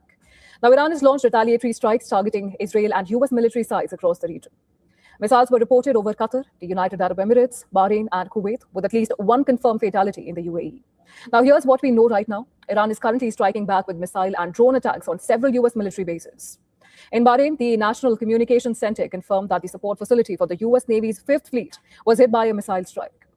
Meanwhile, in Kuwait, Iran has struck Ali Al Salem Air Base, home to the 386th Air Expeditionary Wing, while in Qatar, Iranian missiles fell on the Al Udeid Air Base, a major USAF hub and refueling base for US aircraft. In UAE, the 380th Air Expeditionary Wing of US Air Force was hit at Al Dhafra Air Base. Impact of the war in West Asia also reflecting at the Strait of Hormuz, as Iran's Revolutionary Guards had warned several ships that the strait, which is a vital route for oil shipments from the Gulf, was basically closed. The warning prompted 2 major shipping companies to suspend navigation through the Gulf on Saturday. Several shipping lines, including Danish giant Maersk, warned clients of possible delivery delays as the ships rerouted. The Strait of Hormuz is a narrow choke point, just 21 to 33 kilometers wide at its tightest, between Iran to the north and Oman and the UAE to the south. Roughly 20 to 30% of global seaborne crude oil, which is about 20 to 21 million barrels per day, moves through this. Major exporters, including Saudi Arabia, Iraq, Kuwait, the UAE, and Qatar, depend on this single route to supply global markets. Now, I wanted to see exactly who would be hurt the most if they shut down, or after they shut down that port. And we can go here to get that information. If Iran blocks the Strait of Hormuz, what impact will it have on the entire world? And which My bad, family. I don't know why today everything sounds a lot faster. Let's go. If Iran blocks the Strait of Hormuz, what impact will it have on the entire world, and which country will be affected the most? First, let's understand what the Strait of Hormuz actually is. It is a small area of just 33 kilometers located between Iran, Oman, and the UAE. It is a narrow sea passage through which almost 20% of the world's oil supply flows, nearly 17 million barrels every day. This oil comes from 8 countries located in the Persian Gulf, including Iran, Iraq, Kuwait, Bahrain, Qatar, Saudi Arabia, and the UAE for the United Arab Emirates. Saudi Arabia, Kuwait, and Qatar, 90% of their oil exports pass through this narrow route to reach the rest of the world. If Iran blocks the Strait of Hormuz, following countries will suffer the most damage. First is India, because it imports 85% of its oil, and 60% of that comes from Middle Eastern countries like Iraq, Saudi Arabia, Kuwait, and the UAE. Fuel prices in India would skyrocket, and as a result, everything related to oil and all industries would face severe disruption. Industries could shut down, there would be job losses, and the economy would be severely affected. The second most affected country would be China. China is the world's largest oil importer, bringing in 10 million barrels of oil every day. 40% of China's oil imports pass through this Strait of Hormuz. Although China has built oil pipelines with Russia and Central Asia, they don't even fulfill 20% of its energy needs. So, if the Strait of Hormuz is blocked, China's economy could suffer a massive blow, and if China's economy is shaken, its effects will be felt all over the world. The third most affected country would be Japan, as it imports 90% of its oil, and 75% of that passes through the Strait of Hormuz. The fourth most affected country would be Saudi Arabia. 80 to 90% of Saudi Arabia's oil goes to the rest of the world through Strait of Hormuz, while only 10% goes to Europe via its Red Sea coastline. So if this choke point is blocked, Saudi Arabia's economy will be heavily impacted. Imagine that a country suddenly loses 80 to 90% of its revenue. What would happen to it? Something similar could happen to Saudi Arabia. There's also a high chance that Saudi Arabia might send in its military to reopen the route, and that could make the situation even worse. Fifth is Pakistan, which gets about 90% of its oil through the Strait of Hormuz. This oil meets around 27% of the country's energy needs. So if the route is blocked, prices in Pakistan could rise sharply. But there's an interesting twist. Since Pakistan shares a border with Iran, and several government reports suggest that 35% of Pakistan's diesel comes unofficially from Iran. So if the strait is blocked, Pakistan might turn to Iran for oil, either quietly or through an official deal. Next in line is the UAE, because as nearly as 72% of its oil exports rely on this Strait of Hormuz, the country does have a backup option, the Habshan Fujairah pipeline, which allows it to bypass the strait and export up to 60% of its oil. But for a major economy like the UAE, losing the remaining 40% would still be a serious blow. Next comes the European countries like France, Germany, and Italy, which on average get 10% of their oil through the Strait of Hormuz. A blockade here would hit them hard as well. Globally, experts warn that oil prices could soar past $150 a barrel, causing widespread inflation and possibly triggering a major global recession. So this small 33-kilometer area holds enough power to shake the entire world. So, family, we'll see what'll be happening, because it's like I said, they already didn't shut it down, so it's going to get very interesting. I know we got some reserves over here, and I don't know if we're going to be shooting up. The gas should be shooting up over here, I heard, and I don't want to speak on it all the way because I didn't get a chance to read it, but I was sent an article.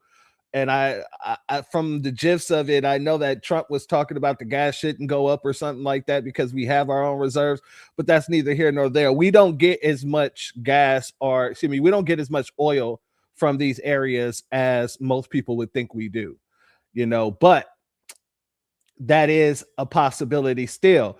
Like he said, China mess up, the whole damn world's economy could mess up. So we don't know. We don't know. Let's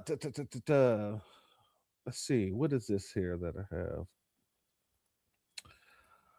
I want to get into some things Lil Nicky said, because Lil Nicky is running around here pumping his fist in the air. This man is on a whole. Y'all remember when Tom Cruise went on Oprah and she was like, "Tell me about Katie Holmes." And he started jumping on the table and pumping his fists like, "I'm in love with Katie Holmes. I'm in love with Katie Holmes." Well, this is what you got little Nicky running around doing essentially. Basically, he's like, he's on his "I told you so" trip. And he got some very interesting things to say here in the next clip over. But I'm going to play this first clip because I think Lil Nicky just admitted that he's going to be going back to being Well, I think he just admitted to being a Democrat overall, to be honest with you. But he just outright said it. He said, God dang it, either we're going to vote all Democrat in this next election, or he's just going to switch to being a Democrat.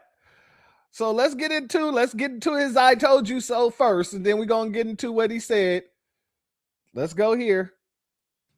I have one thing to say to all of you, to all of the Trump supporters, to all of the Trump voters, to the plan trusters, to the Shabbos goys out there. I really just have one thing to say to all of you, which is I told you so. I told you so. They said I was crazy when I predicted this 2 years ago. In 2024, I told you this is exactly what would happen. I have been saying it for years. I was laughed at. I was attacked. They called me crazy. Well, sometimes Chicken Little knows what he's talking about. And I told you so. I said a vote for Trump is a vote for a war with Iran. He just called himself Chicken Little. I just couldn't let that go by. I just couldn't let that go by. He just called himself Chicken Little. So he admits most of the stuff that he talks about is just gas. He got one thing right out of them all. Everything else is just gas. The sky is falling. The sky is falling. Let him talk, family. Let's go. And I tried. You know that. I really did. I went out there in August of 2024, and I actually made the demand on Truth Social and on Twitter. I rallied my audience, my followers.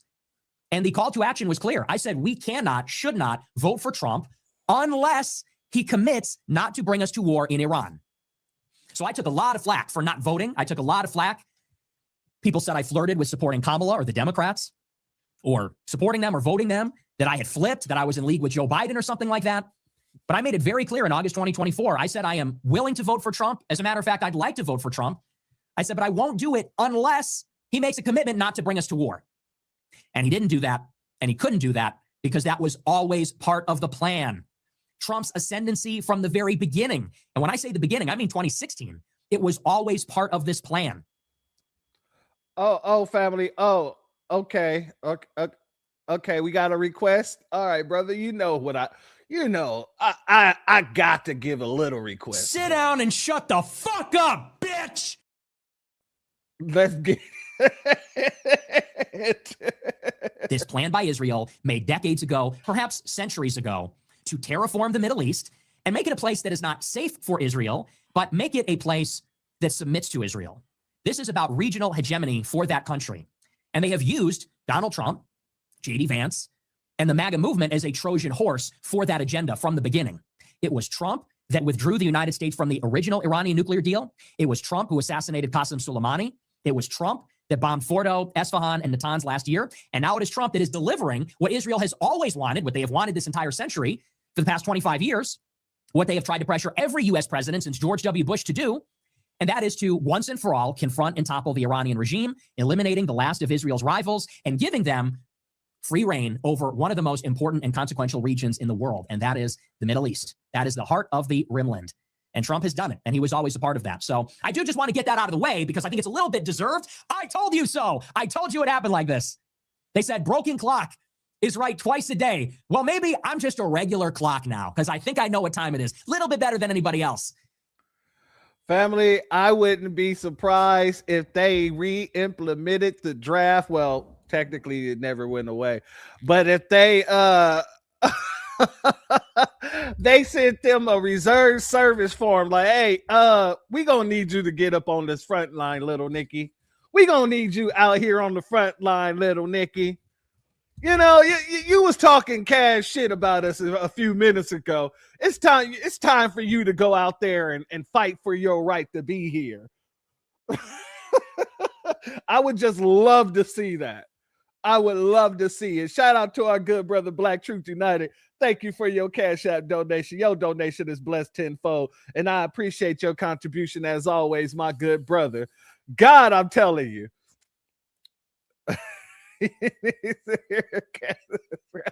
Flight. Shout out to Cool Keys. He said that was perfect. He needs to hear his Kansas rant and apply it to himself. You are absolutely right, my brother. Shout out to our brother Ayo. Thank you for your super chat. Your donation is blessed tenfold. And I appreciate your contribution as always, my good brother. Gotta play that batch every time you play him. Well, family, just for you, we gotta play it one more time because he got another clip to go. Sit down and shut the fuck up, bitch. Let's get into it. Let's get to this one. Now take a look around. You're in the golden age Trump White House. You're at Mar-a-Lago. Take a look around at the new face of MAGA. In 2016, the face of MAGA was Trump and Ann Coulter and Jeff Sessions and Corey Lewandowski. That was the face of MAGA. It was Pat Buchanan. It was Sam Francis. That was the inspiration. That was the face of MAGA then. The face of MAGA now, look around. Mark Levin, Laura Loomer, Ben Shapiro, J.D. Vance. These are the big boosters of MAGA in 2026. Something has gone horribly wrong.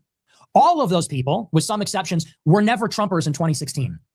Shapiro didn't vote for Trump in 16. Mark Levin was critical of Trump in 2016. Where were these people when the movement was actually born, when those pillars were in place? Now all of those people are in the center. The movement is something else now.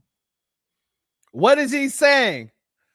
He's saying, I was there from the beginning, but yet y'all let all of these guys usurp me, and now they're the face of MAGA.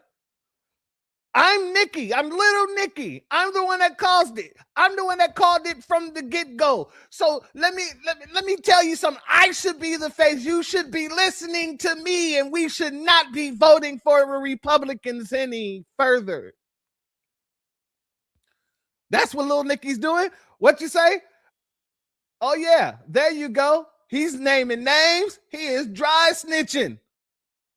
He is naming names. He is dry snitching because he wants everybody to understand he should have the authority to tell them how to vote, who should be accepted into MAGA, who shouldn't be accepted into MAGA.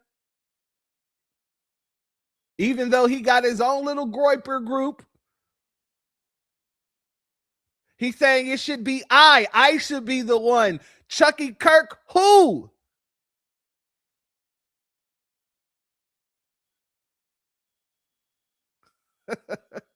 Shout out to M. Hampton in the building as well as Photo in the building. Shout out and much love to the both of you. Thank you for being here. Let's let them continue. And what we need in 2028, this is our last chance. We need in 2026 for this administration to be shut the fuck down. What does this administration do other than cover up the Epstein files, embezzle money through government contracts, and bring us to war for Israel? This administration needs to be shut down immediately. Do not vote in the midterms. And if you do, vote for Democrats. Fuck this. That is what the Republicans deliver. That is what our golden age look. Y'all thought I was joking when I said he's telling people to go vote Democrat? No, he is quite literally out here telling folks to get their ass up there and go vote against every Republican. You punch the Democrat ticket. You punch the Democrat ticket. And if you don't, we don't get this shit right this time around, he say, I'm just going to become a Democrat. Listen. Do not vote in the midterms. And if you do, vote for Democrats. Fuck this. That is what the Republicans deliver. That is what our golden age looks like. The tariffs were refunded. The deportations were stopped. They wound down and withdrew the ICE from Minneapolis. What does this administration do other than embezzle money, go to war with Iran, and bury the Epstein files? Oh, and blackmail Harvard so they police anti-Semitism and ban people who criticize Israel from being in America. This administration needs to be shut down immediately. It has forfeited its mandate. They promised no new wars. They promised mass deportations in America first, and we're not getting any of it. So shut it down. In 2026, shut it down. And our only hope is that in 2028, in the Republican primary, somebody will emerge who will actually put America first. I am not voting for the vice president and the secretary of state that brought us to war in Iran. I won't do it. In 2016, I voted for Trump at 18 years old because Trump said the war in Iraq was a mistake. He said Rubio was a puppet of the Adelsons, and Vance voted for Evan McMullen, a CIA spook picked by Bill Kristol. I'm now going to vote for that ticket. I'm going to vote for the Rubio-Vance ticket that brought us to war in Iran over my dead body. I would rather die than vote for that. So, in my opinion, 2026, shut it down. You got to burn the house down with them inside, metaphorically. And in 28, you better hope that somebody has a prayer to run the Trump strategy and do another hostile takeover over the GOP. Otherwise, I'm going to become a Democrat. Like at that point, rather than be beholden to this country, that is our last chance. All right, family. So Nikki said, y'all better go out there. All you Republicans, all you MAGites, you better go out there and you punish the Republicans. You go out there and you vote Democrat. Otherwise, he's just going to become a Democrat. Listen to the logic in that.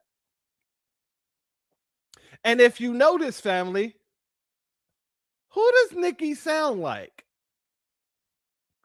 Does little Nikki sound like he was listening to the black grassroots when we were saying punish the Democrats and make sure they come back to us hat in hand, bringing us tangibles and policy? Don't he sound like that? He kind of sounds like he's trying to steal our sway. But instead of saying vote the couch, he's saying, hey, no, you vote Democrat. Well, maybe you was a Democrat the whole time. See, this is what we mean when the new black media says that these people put on and take off their political parties like a goddamn jacket when they coming in the house out of the rain.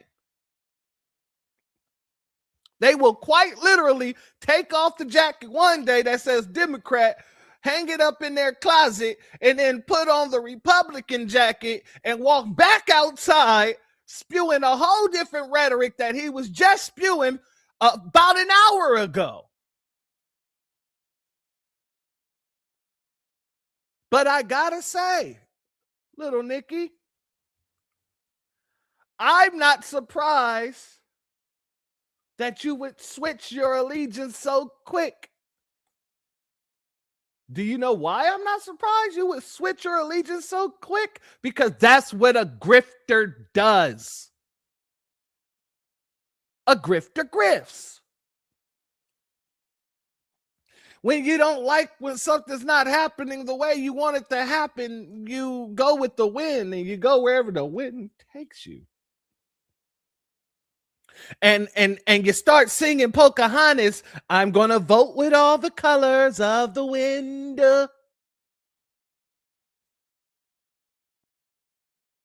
All because you're not where you want to be within the party in which you voted for.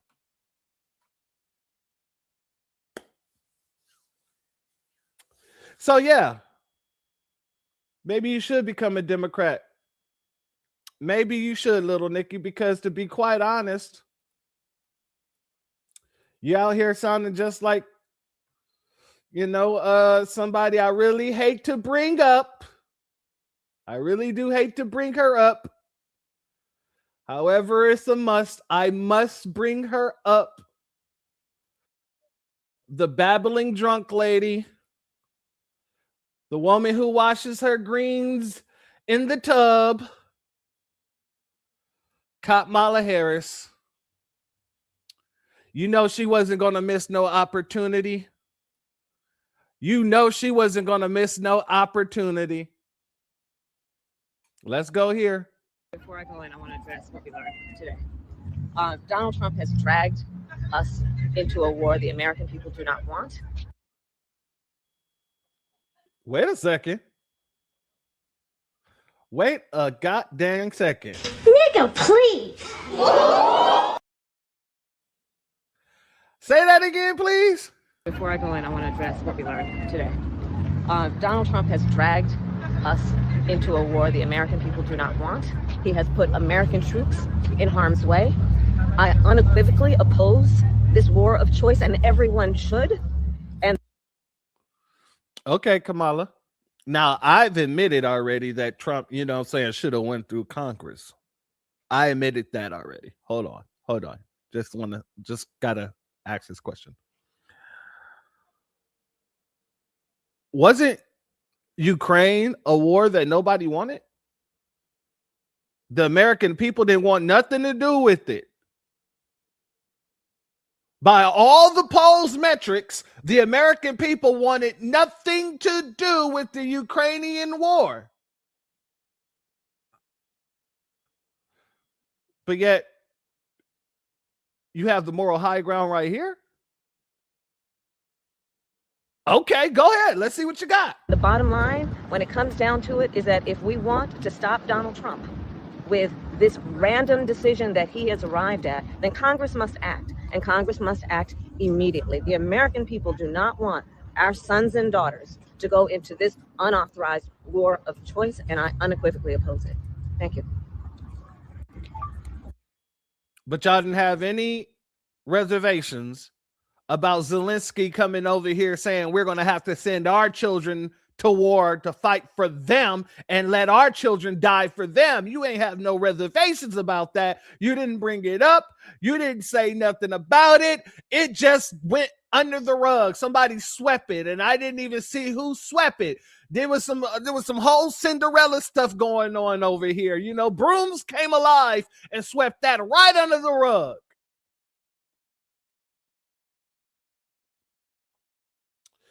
Yeah, but Cop Mala ain't the only one sounding like somebody who's being hypocritical.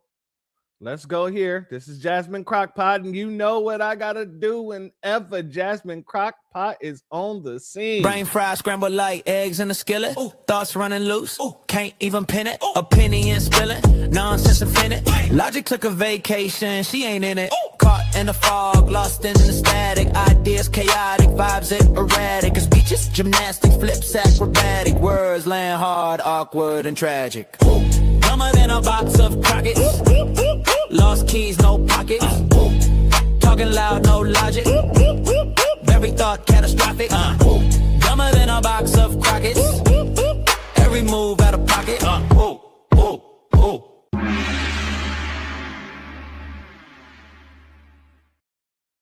All right, so Jasmine Crockett thought that she can go ahead and score her up some little brownie points as well. You know, she's supposed to be out here working the campaign, but she took some time out to make sure that everybody understood that she don't agrees with what Trump did, and she wants everybody to know this is what I've been telling everybody. This is what I've been talking about. Let's go here. There are people that will land on all sides of this conflict and what should be happening or shouldn't be happening. But the one thing that I want to remind the American people of is that we have a constitution. And frankly, as members of Congress, we swore an oath to the Constitution as well as the president. And right now, what we are clearly witnessing is lawlessness yet again from this administration. And my question to my colleagues in a very serious way is, will you put aside your loyalty to this orange man and actually focus on your loyalty and your oath to the Constitution, which says that only Congress has the power to declare war? It is time to rein him in a bipartisan way. Listen, Thomas Massie and Ro Khanna have been working together quite often on bipartisan legislation, including the Epstein files. And so they do have a war powers resolution that they have been working on together. And I do know that Ro Khanna has made it clear that he wants to bring that to the floor on Monday. My question to Speaker Johnson is, how many people are going to have to die because this president just decided that he was going to do whatever he wanted to and to ignore our congressional authority and our congressional powers? I don't think that we should wait till Monday. And this is being said as someone who literally has an election on Tuesday. I've got to make sure that I am doing what I swore an oath to do as a sitting member of the House. And I think Speaker Johnson needs to call us in right now, and we need to deal with this right now. And here's the thing. I was concerned when he went into Venezuela because I said that because of the cowardice of our Republican colleagues, this was going to give a permission structure for bad behavior. And that's exactly what we've seen. Now, we know that he's been flirting with this. In fact, it was last weekend that I thought that he probably was going to do this because he has a history of doing this right on the weekend when we're not in, when we can't ask questions immediately and demand a briefing immediately. And so it is understandable that people have whatever issues that they have with Maduro, just like you've stated. People have whatever issues they have with the regime that is in control over in the Middle East. But the problem that we have is that you are not following the law. Like, that's the issue. If you feel as if you have everything that you need to actually engage in these types of actions, then why is it that you aren't coming to Congress? That is the big question. And my argument is that because you know it's not, you know that you don't have the legal authority. When you go out on your social media platform, you say things like, well, they interfered with the election. That is not a reason to go and drop bombs and kill people and risk the lives of the people that have sworn an oath to protect this country. Right now, people's sons, daughters, aunts, uncles, mothers, and fathers may end up being thrust into a war because of his maniacal issues as relates to an election at the same time that he is flirting with us not even having elections. All right, family. Now, let me say this. I hate to have to say it, but I gotta say it. I agree with some of the things she said. Hell, I said them myself. You know, Trump should have went through Congress, and usurping Congress is a major issue. However, I also admitted that several other presidents have done the same thing, including Joe Biden, including Barack Obama. Now, where I have an issue is I don't think that you're really the spokesperson that needs to be coming out speaking about this, Jasmine. Why? Because as of recently, you was just called out for quite literally your support for Israel. So you can't support Israel over here without supporting what they did over there. Let's go here, family. This clip is right here. Congresswoman, Governor Walz started out tonight by repeating this refrain that Israel has a right to defend itself. Yeah. Israel has just invaded Lebanon. Shouldn't we be looking for a little more than just these platitudes about Israel having a right to defend itself? What is the limiting principle, especially when the U.S. is the one providing the armaments for Israel to wage these military campaigns, as you know, having voted for the National Security Supplemental back in April, which underwrote Israel's war effort? I absolutely did vote for it. I voted for that along with every other supplemental that was available. And I will tell you this. It is important that people understand what diplomacy looks like. And it looks like the fact that this relationship between Israel and the United States has existed since before I was born. When you look at Israel, I think it is important that people start to talk about the fact that the state of Israel versus their leadership. Because right now, or when I went to Israel, I know that the people were protesting Netanyahu because Netanyahu was reforming the courts. But she went anyway on an AIPAC-sponsored trip. She's actually photographed during that trip. This is in 2023. She attended this AIPAC-sponsored trip to Israel. She's standing in front of an Iron Dome battery in the image. Family, like I said, not the right person to send that message out because, you know, you just so proudly say, yeah, you know, I voted to give them anything they needed because, you know, this relationship that we got together. So you voted to support them, and now they're over there doing what they got, using what they got from your support on another region. So when they asked you and they said, hey, you know, Israel's over here, they invading countries. You're saying they got the right to defend? They say, oh, absolutely. And I voted for it for the reasons. Our relationships, you see. Our relationships. Shout out to FBA Chosen by God in the building. Much love to you and thank you for being here. As for those who volunteered to go into the military, this is just what you signed up for. But if he implement the draft, that's a different thing. I'm going to be honest with you. I'm not too sure they're going to implement the draft unless absolutely necessary. And to be honest with you, I don't want to say I don't see this going too long. I don't. I think that there's going to be more diplomacy happening in the background, whether we know it or not. Because like I said, there's a lot of relationships in that area. And China is going to be suffering until they open back up that port. So I think there's going to be some sort of diplomat. And from my understanding, I believe the White House reached out to try to get a ceasefire going, and Iran said, hell no. He said, hell no. So we shall see what happens. We shall see. Shout out to our good sister Black Spider in the building. Much love to you. Thank you for being here, my sister queen. And if I haven't said what's up to our good brother John Son in the building, much love to you. And thank you for being here as well. Now, family, let's get to the part where I'm going to kind of talk about why I believe certain things has happened.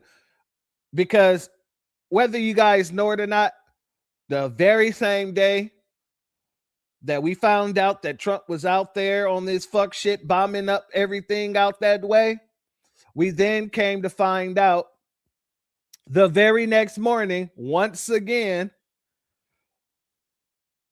you had protesters out on the streets.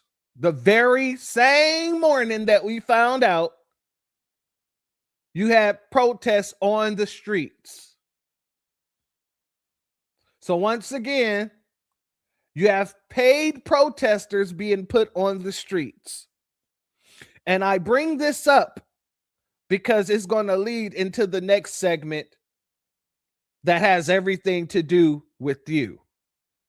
Let's go. Tell us about these protests in Times Square.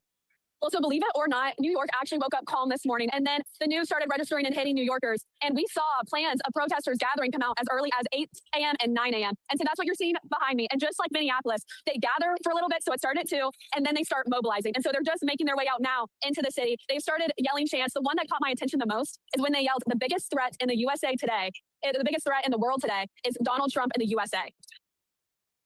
So do we have any indication as to what groups are specifically involved in these protests? I know in the past that you see revolutionary communism, that you see unions, members of the SEIU. Any indications as to who exactly these people were? Because typically these are not organic.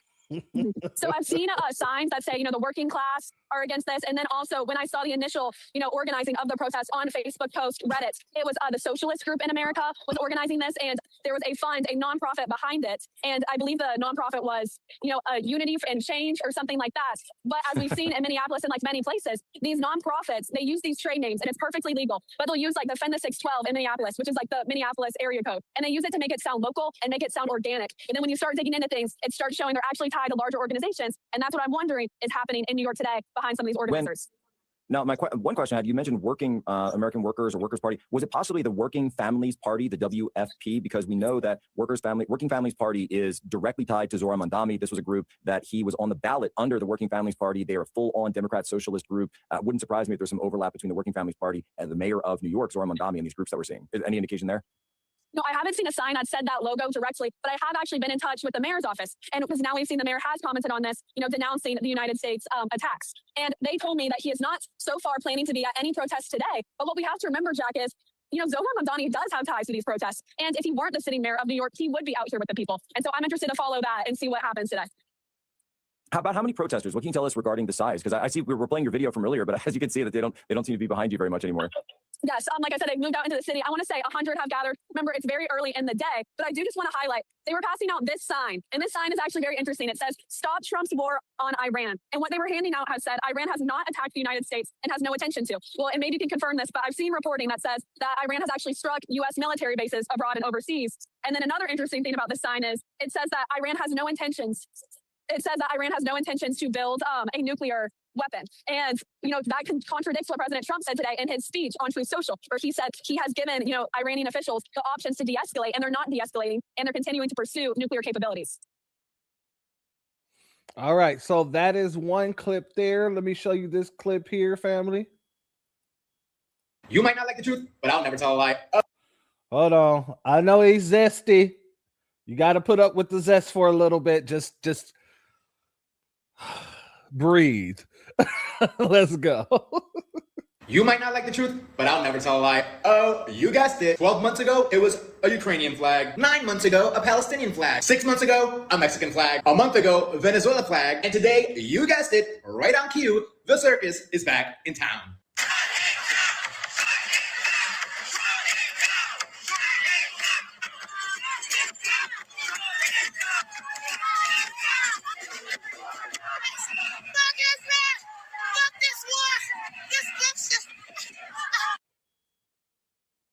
Why in the hell do these tethers always go out there doing some extra stupid performative nonsense like this? It makes absolutely, it does make sense because tether's going to be tethers, and you can never really understand the tether. Tether is just one of those things that you got to just look at from afar and say, why did God create you? It's like, I'm one of those type of people that like to research the purpose of each creature that God, the Most High, created and put on this planet. From a far away, I can look at a fly and understand that they're there for, decomposing or helping to decompose certain situations, especially carcasses, maggots as well.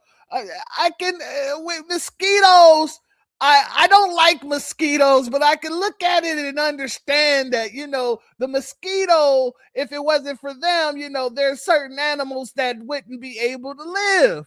I can't look at a tether and come up with why a tether exists. I can't do it. I can't fathom it. Especially when they're doing nonsense like this. I pray that the Most High one day bestow that knowledge upon me. But at this point in time, in this day and age, I ain't got it.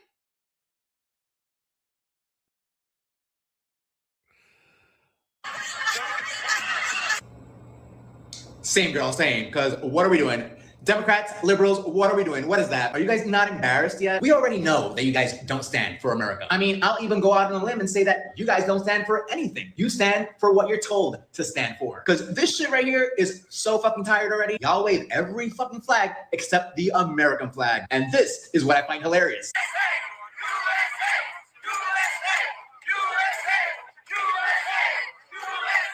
First of all, liberals need to know what the meaning of war is before they go protesting about war. Second, someone should tell them that the Supreme Leader is already dead. Mission accomplished. I love most is that while President Trump keeps freeing these nations that have been oppressed, the entire world keeps looking at the liberal party like the clowns that they are. Because how is it that you're out here protesting in Times Square, meanwhile, in Iran,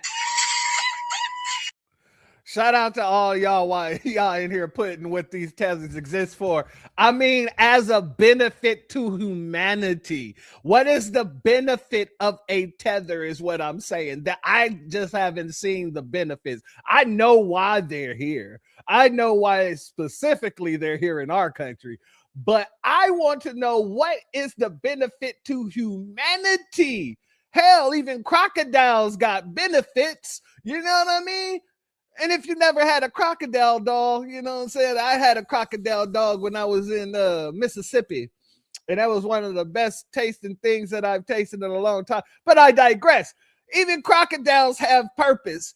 I'm just trying to figure out what these tethers' purpose for humanity is. Because I ain't seen it. Shout out to each and every one of you. And shout out to our good brother Masa Musa in the building. He said some weirdos squirming on the ground like a leech. Hey. It's the same performative nonsense that you saw with Black Lives Matter when you had these little goddamn sassy dudes twerking and all that nonsense in front of the damn police officers and stuff like that. So yeah, man, that is just nonsense. Straight up nonsense. Shout out to our good brother Snatch Adams in the building.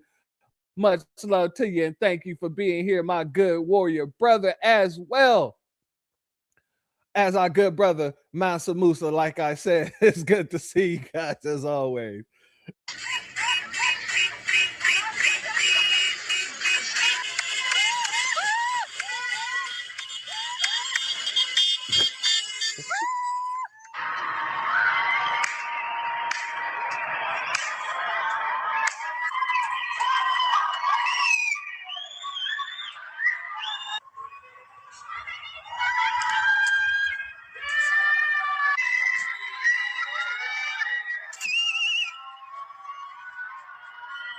want to know what all the irony in all this is that the left loves to call President Trump a dictator. And what President Trump is doing is freeing people from dictators. Funny how that works. But now I want to hear from you guys. What flag do you think liberals will be waving next? Let me know in the comments below. All right, family. So I played those two clips just to show you what's going on out there. They back to their old tactics.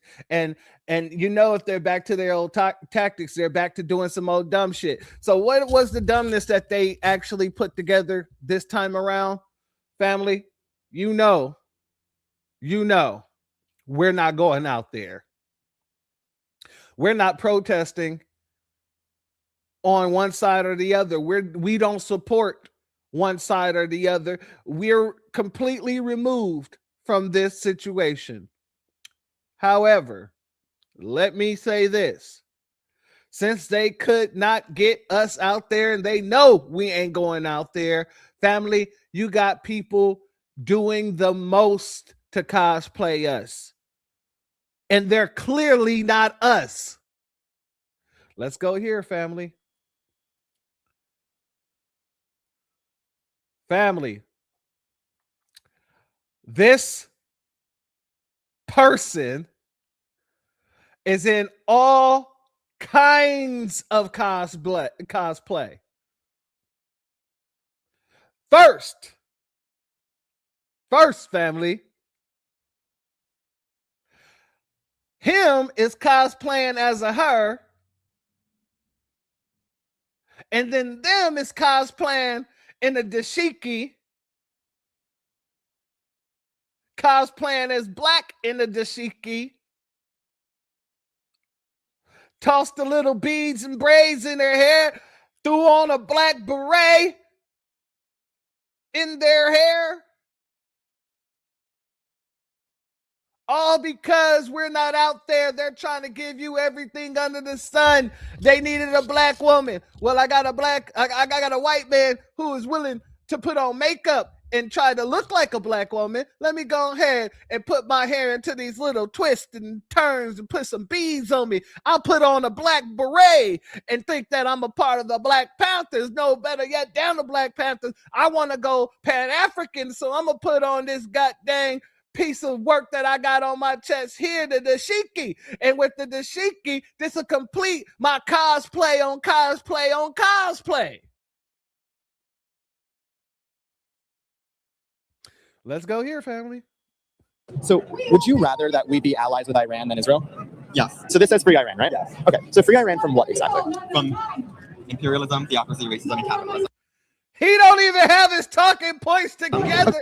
He ain't even got his talking points together, family. He got it written on the back of his sign, just in case somebody asks him, what's really the problem? What are the real things you're fighting for? Who do you want to free them from? And what do you want to free them from? He couldn't even memorize the talking points, ladies and gentlemen. The talking points was put on the back of the goddamn sign. Tell me this wasn't just slapped together. Tell me, as our sister said, they ain't just got these people on speed dial.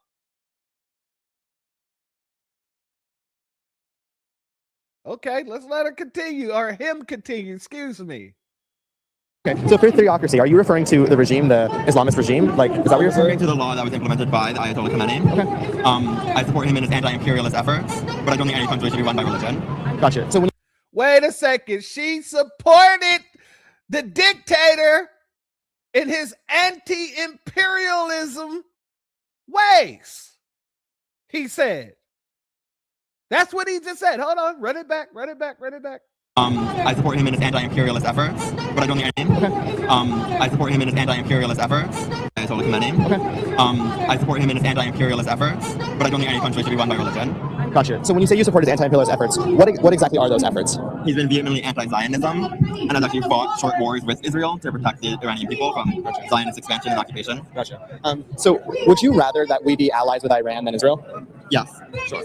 I think allying with Israel is one of the most fascist and dangerous actions the U.S. can take. Okay. And what makes that fascist versus allying with Iran? Because Iran is a fascist. And studying political ideologies, you understand what fascism is, and it is not Iran. Because Iran was Ayatollah Khamenei's rule was achieved through a revolution. It was sort of a coup d'etat. Yeah. Fascism rises electorally and democratically, and then turns on its constituents. Yes. Ayatollah Khamenei's regime is not fascist in nature. So what do you say to the folks that say that it's fascism because they make women wear a hijab? That's not fascism. That's theocracy, which is different than fascism. Have you heard that perspective from Iranians that say we will feel free if the regime goes down? Have you heard that? Yes. What are your thoughts on that? My thoughts on that lie especially in the fact that the U.S. and Mossad of Israel have openly admitted to putting agents on the ground in Iran, and they've openly admitted to paying protesters in Iran. So they have a hand at stake in the protests. So I think it's difficult to discern, are they talking to an average Iranian citizen, or are they talking to a paid protester, or are they talking to an agent of the U.S. and Israel? Okay. I have one more statement, and it is that I don't know the exact solution, because Iran is truly free from Khamenei, but the U.S. and Israel have continuously placed fascist regimes in other countries, and will not establish democracy. Yeah. The regime we have in America right now is fascist, or in the United States, I should say, not America. In the United States is fascist. In what way is it fascist? Well, I ended the next conversation. Okay. You're very respectful, and I appreciate that's what I was trying to do, yeah. What are your pronouns? She, her. Okay. All right, family. So you heard with him, shill, she, him, and them, they, what that had to say. And family, now it's time to get to the good stuff. Because you got to ask a question. You got to ask a question. Why send him, her, she, him, them, they? Why highlight this person? Why are they trying to make it seem like they're us and we're out there?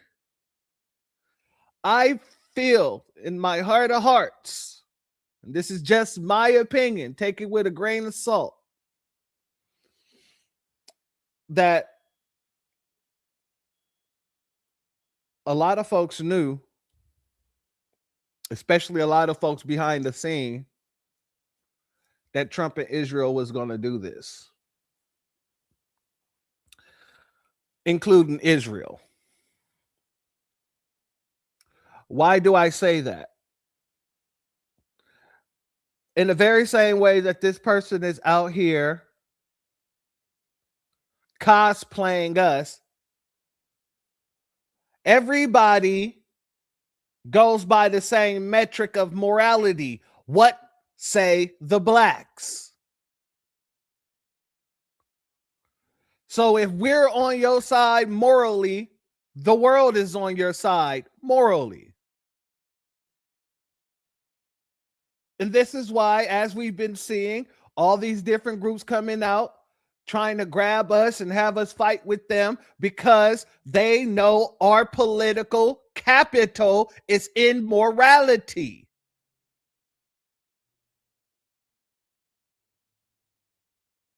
Well, it's in many places, but more than any other place, it's in morality. And that's why no matter what happens around the globe, everybody looks on the internet to find out what the blacks got to say. What foundational Black Americans co-sign will be accepted globally. And what we don't co-sign will not be accepted. So when I say I feel like these folks knew they were going to be doing this and they was trying to get us on their side early,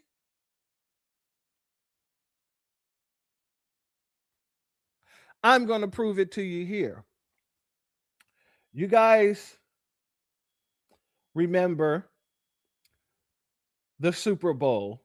During the Super Bowl, this commercial aired about anti-Semitism.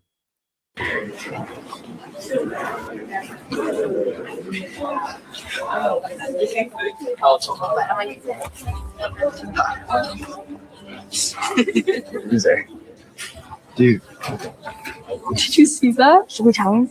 So bad. Oh, bro, look at him. Oh my gosh. Not funny.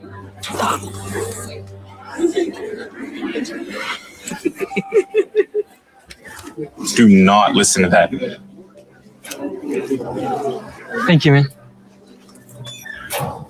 I know how it feels.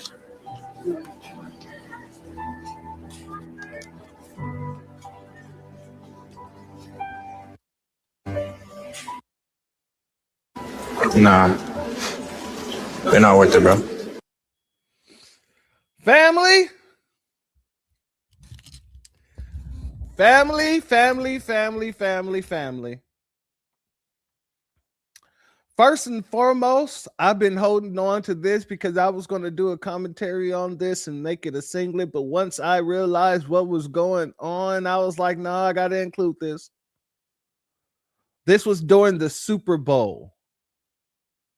And what is the messaging that they're trying to relay?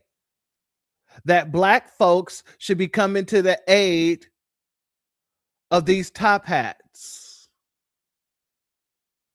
In the very same way that they're trying to have us have some sort of representation out on those streets, inside of those protests and things like that, the very same thing that the goddamn people of the top hat community was trying to relay with this goddamn commercial. They want us to give us, to lend them our moral capital, our political capital of morality. That's what this whole damn thing was meant to do. So when this situation came along and the opposing party do what they do best, which is make a phone call and hit the streets, then you know Black Americans, foundational Black Americans, would stand with these goddamn devils that's always stood against us.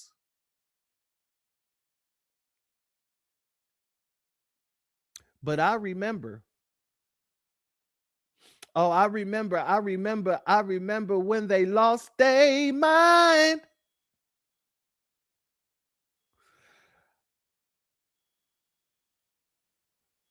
Let's go here first, family. Let's go here first. Because I want to prove this point once again. In the very same way, this ad is made to garner our allegiance, us protecting them. It's the same thing this dumbass Lecrae tried to do with this post. Young Black Americans are allegedly releasing weed strands dedicated to Iran super leader Ali Hassani or whatever, where they can roll him up after President Trump put him in a pack. And he put these two pictures together. Now, in this song, I ain't playing the music because the song that's playing in the background is a copyrighted song. It is a Feel the Rain on Your Skin. Whatever else the hook is, I don't know the song. I just know that one bar. So you know what I'm talking about. Feel the rain on your skin. That's what they're dancing to there, right? This is how desperate they are to get some of our political capital. This is how desperate that they are to get some of our political capital. Family? Live your life. Yeah, well, you got a piece of that clip right there. This is the original video. If you look down here, it tells you October 25th of 2023. So these folks are so desperate to get clout from us that they're out here creating false narratives that Black Americans are all excited that this man was taken out. They're doing that in order to make it seem like we stand with the small hat community. Let me make this very clear for all you dumbasses in the back.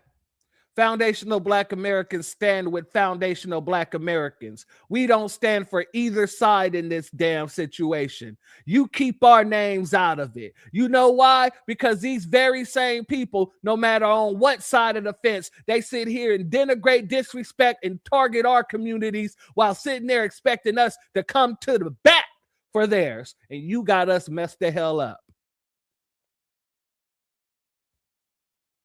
And with the small hat community more specifically, don't come begging us to stand up for your children when you said that our children was the biggest threat to Israel. Let's go here. The major problem of Israel is with the younger generation of the Black community. Black Lives Matter starts there. Black community is with the younger generation of the Black community. Is with the younger generation of the Black community. So if your biggest problem is with our generation, our babies, our young generation, then bitch, why y'all making these goddamn commercials talking about our babies should stand up for yours?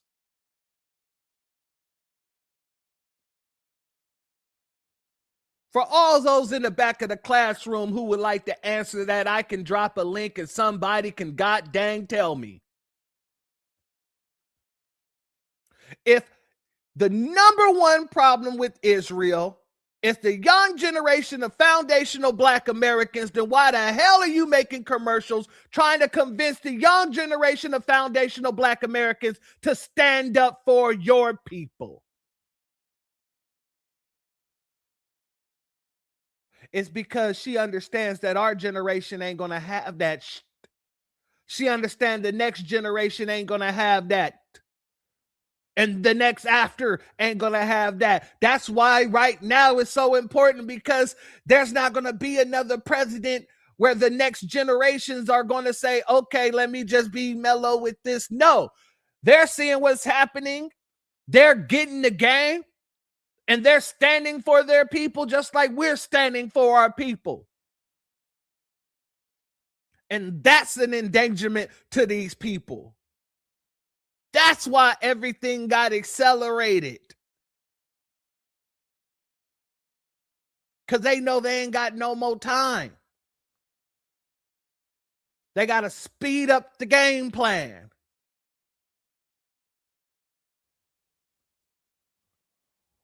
Let's continue, family, because like I said, it is very egregious that this woman would say such a thing, and then all of a sudden there's a football commercial begging our children to stand up for theirs.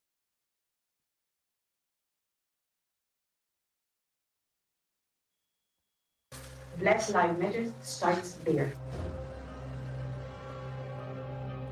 I had last week a dinner, sit-down dinner at my house with 40 people, which are considered the leadership of the Black community. And it's very important people. They can be part of our doing an activity. Dr. Clarence B. Jones, who wrote the draft speech for Martin Luther King, I had a dream. He was his lawyer, he was his close friend. He's somebody that I reached out to. He became a very, very close and personal friend. The major problem of Israel is... So, family, we can't just take anything these people put out and run with it whatsoever. We ain't standing with you, just like we ain't standing with them. And just like they talk stuff, oh, you not only talk stuff, but god dang it, I gotta ask a question. When people are out here, and shout out to Full Negro Alchemist for posting this, because this is a question that everybody needs to ask, even all the people in the back of the classroom who think that we should be standing for Israel. Here's a question that our good brother Full Negro Alchemist asks and put up. Has Israel ever said, pray for Black America? I have never heard Israel say, pray for Black America. I have never heard any government officials stand up and say, hey, we got to do something about America and their treatment of foundational Black Americans. I haven't heard it never in my life.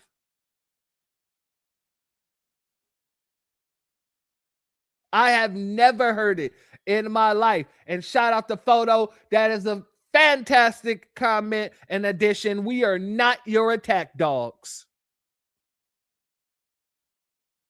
You will not use us to propel yourself forward like you did with the civil rights generation.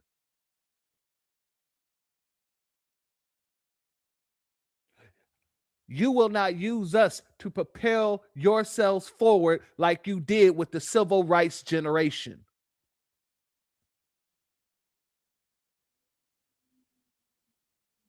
Let me be very, very clear about that.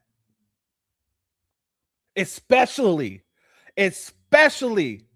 when y'all out here targeting our communities. Let's go to New York. Shall we? I'm going to slow this down just to make sure everybody get every word. School board was majority private school owners, mainly Jewish white men, and most of our How you school doing? was not Jewish. And they had control over our public school system over like the past 10 years, purposely voting no on our school budget vote so that way we would fail. And we lost about 3-2 schools. Basically, through block voting, Orthodox Jews won enough seats to control the East Ramapo School Board and went on to eliminate hundreds of public school positions like teachers and social workers while approving millions of taxpayer dollars to be spent on their children's religious private schools, ultimately gutting the public school system for the estimated 9,000 black and brown public school students while diverting that money to their private religious schools. They give us food that's rotten and it's cold and it hurts our stomach. I asked, do not take our music program away. I love playing an instrument. My brother would be crushed. The budget cuts were so devastating that in one instance, an elementary school shut down, and the majority Jewish school board then voted to sell it to a Jewish yeshiva for pennies on the dollar. Basically, the poorest, most vulnerable kids in these communities had their schools gutted and looted, all by a majority Jewish school board whose kids didn't even attend public school. So these bastards are out here once again taking over school boards, deciding where the funding will go, depriving our schools just so that they can shut down, so they can sell them to somebody else in their communities. Do not tell me that my children should be protecting yours when you are quite literally attacking ours on every goddamn front. I believe that some of the decisions that have been made by the board have not been in the best interest of the public school community. You don't like it, find yourself another place to live. How was your education? My education, it was decent, but it definitely could have been better if we had the resources that we were allowed to have. But again, for the past 10, 15 years or so, people have been purposely voting no on our school budget vote, so that way we had no funding and money for our school. And, that was done purposely. And who was voting no? Majority, the Jewish community. You, drive around here, you'll literally see signs saying vote no for our school budget, which I think is crazy. Luckily, we were able to get a ward system to be able to get 3 seats for, the wards. But if it wasn't for that, we still would be majority white Jewish men voting for public school students that they don't care about. Yeah, and they purposely go out their way to isolate us. We're basically isolated to the point where we feel like this isn't our home. A lot of people like to say they're ducking taxes and all that. There's truth and lies to that, but I could only tell you that I've only seen the bad part. The bad part is I've seen houses get broken down. I've seen certain spaces, buildings get destroyed for, let's just say, for more kosher customs. You feel me? So, family, watching that and knowing that they're doing this to people whose ancestors built this goddamn country is infuriating. It is infuriating. So for anybody to be putting up a damn commercial that showcase our children sacrificing so that they can protect their children is egregious to the core. It is disrespectful to the core. It is asinine.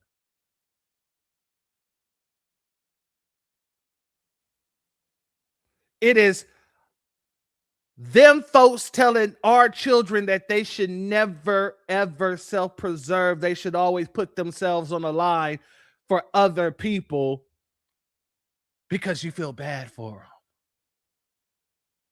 while they're teaching their children to target ours.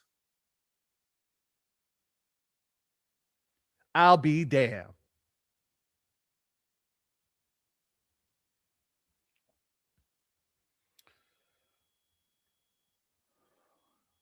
I want to go here, family.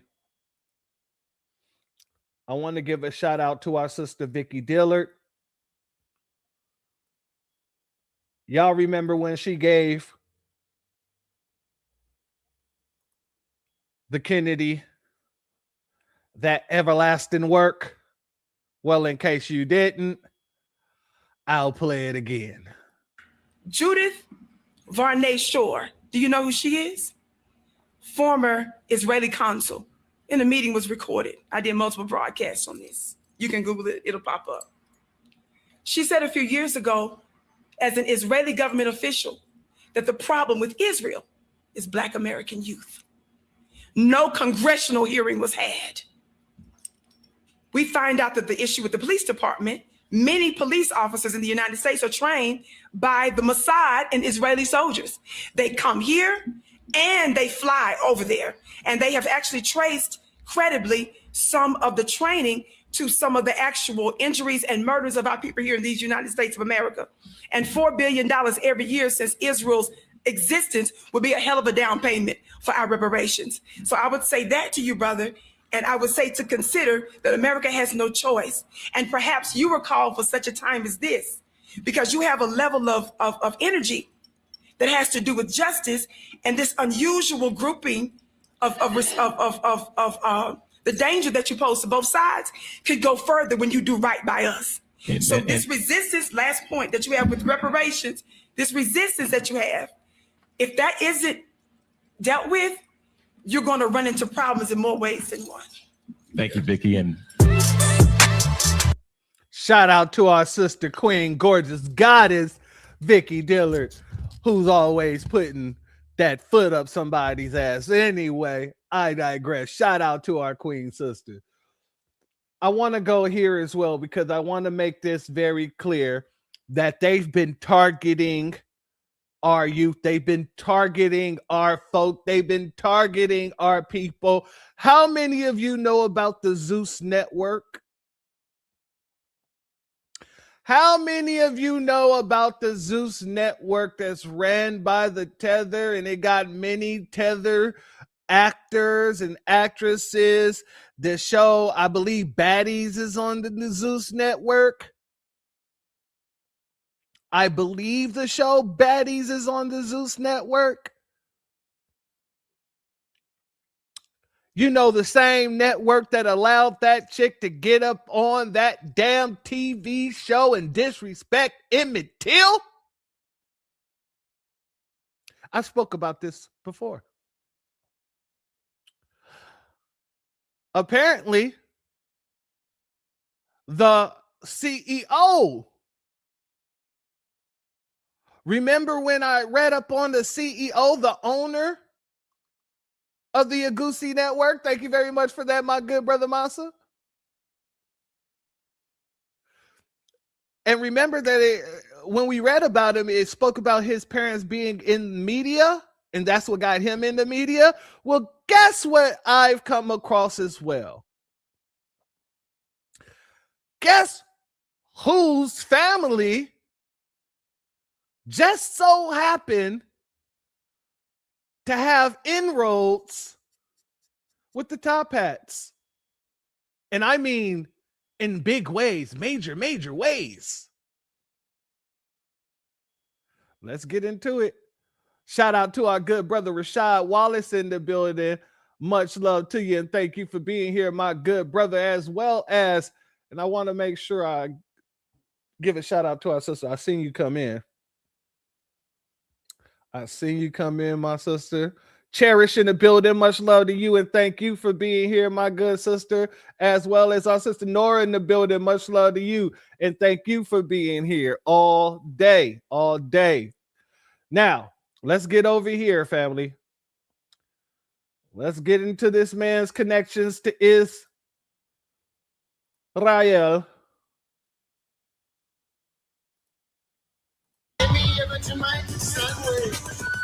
Create a relationship, not just for our church, but for Black America, and to create a bridge between Black Americans and Israelis, between Israel and Black America, however you want to say it.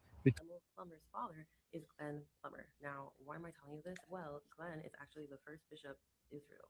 He's been that since the year 2000 and lives in Jerusalem currently since the year 2020. What? I thought his family owned like a media production company or something. Fact, they did. But that's not what they're most known for. To the point that his mother is actually known as like the first lady of obviously the Christian church in Jerusalem.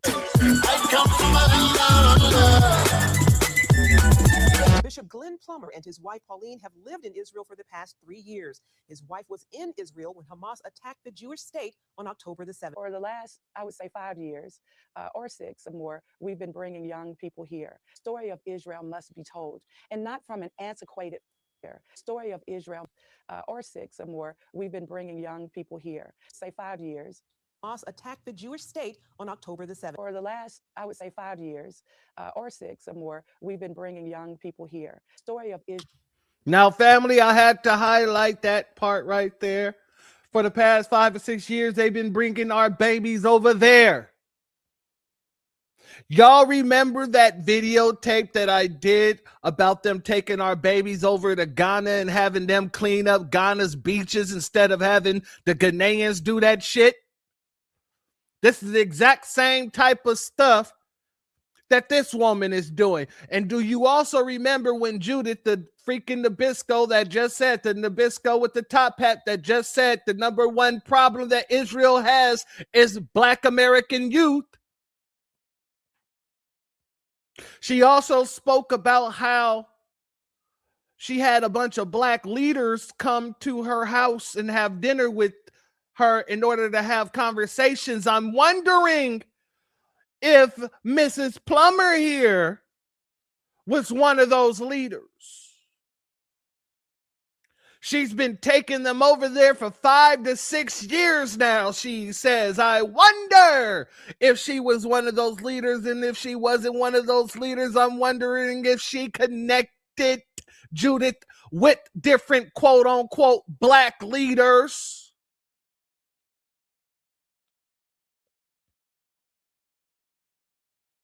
Oh, but our children are supposed to protect their children. You got people such as this that's literally taking our children over there in order for them to be indoctrinated and brainwashed into believing that their number one priority should be protecting another group of people who targets them.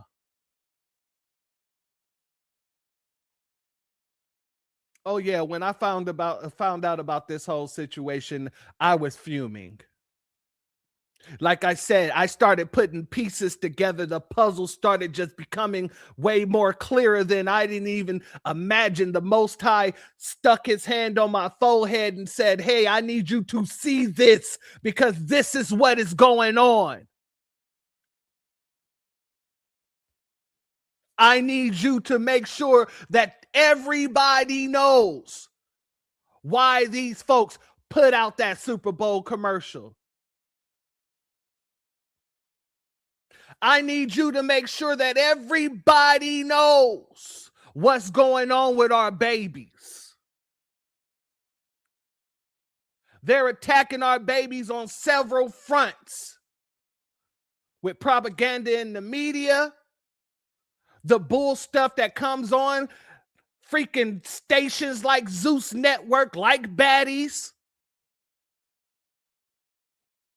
all the way to them taking our babies on these pilgrimage trips over there to be indoctrinated by a group of people who targets them.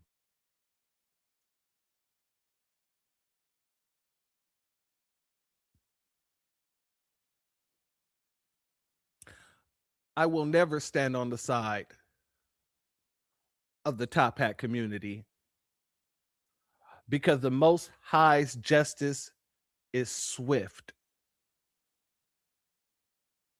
The Most High's justice is swift. You may think that Esau has gotten over, but no, you, sir, you just don't understand the amount of universal force that you've just unleashed.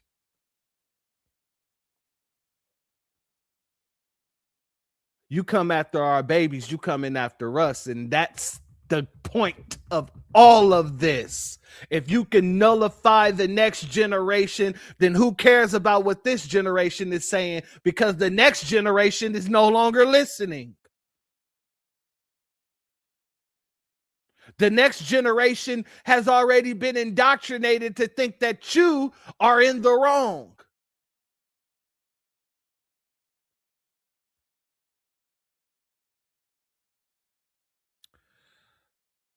Let the Most High's will be done. I will say that again. Let the Most High's will be done. And the will of the Most High is to make sure that his children understand that this is the time. This is the time. This is the time to not just claim who you are, but to be proud about it, because there are forces that you do not understand moving in our favor. And these folks are about to find out. So no, I don't take a side. No, it's not about protecting Israel. No, it's not about protecting Iran. I don't give a damn about both. To be honest with you, when all these Democrats are running around here asking that question, well, how did we get here? How did we get to where we are? It's because of you.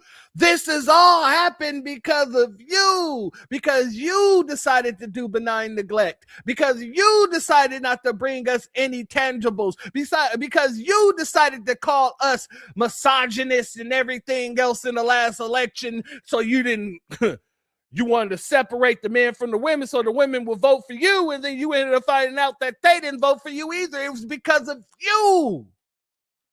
We're here today because of you and your lack of bringing us what was necessary to make sure that the Trump regime didn't get in the office. You thought it was just going to be enough to make us hate Trump. But what you're finding out, what you're understanding now, is that your action has an equal reaction. And the action that you guys chose to ignore us, now you're seeing the reaction. Well, now everybody's going to try to come to us and say, hey, this is World War III. We can't afford to be asking for stuff nowadays. We got to get Trump up out of there. We got to get him out of office. And we're like, hell to the hell no. We're only here today because you keep refusing us of what we need. You keep refusing us of the policy in which we say we got to have. And you guys say, you ain't got to have nothing if I don't say so. And we said, okay, keep that energy, sir. Keep that energy, madam. You don't want us to have what we need. You don't want us to have an anti-black hate crime bill. You don't want us to have our reparations, which is owed to us. You don't want us to have policy that protects us as foundational people of this land. Then guess what, bitch? Whatever happens will happen. And now everybody is sitting around asking, how did we get here? No, ain't no how did we get here. You're how we got here. Benign and neglect is how we got here. Ignoring your base is how we got here. Being belligerent and anti-black is how we got here.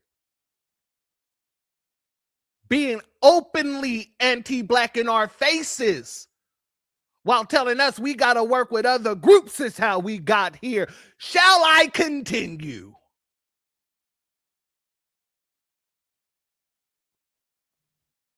Y'all had a great opportunity.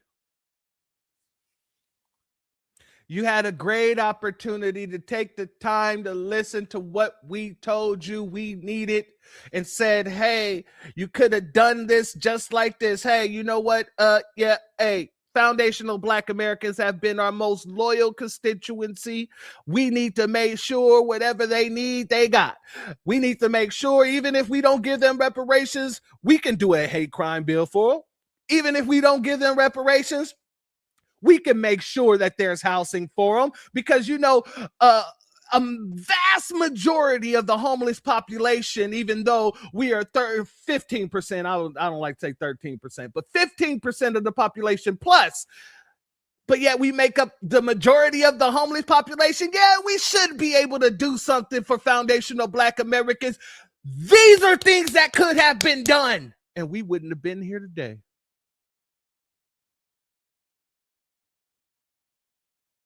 It is that simple.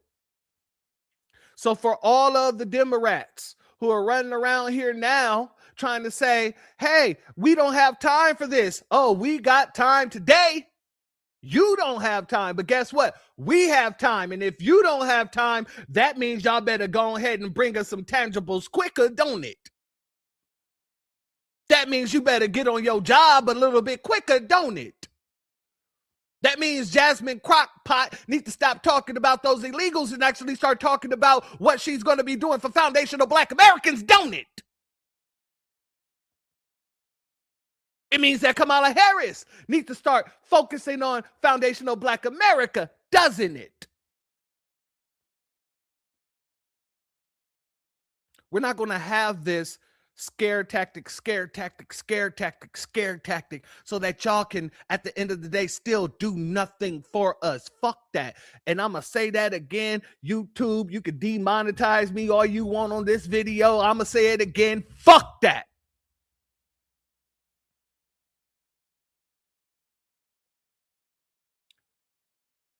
Either you're going to do right by us or everything you do will fail. And we'll sit here and sit on the couch with our goddamn popcorn and watch it fail.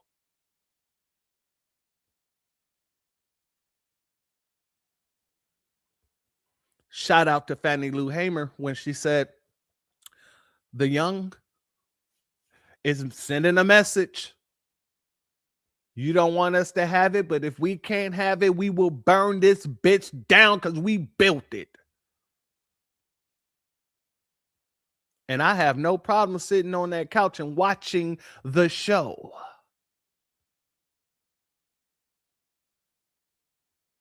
But I digress.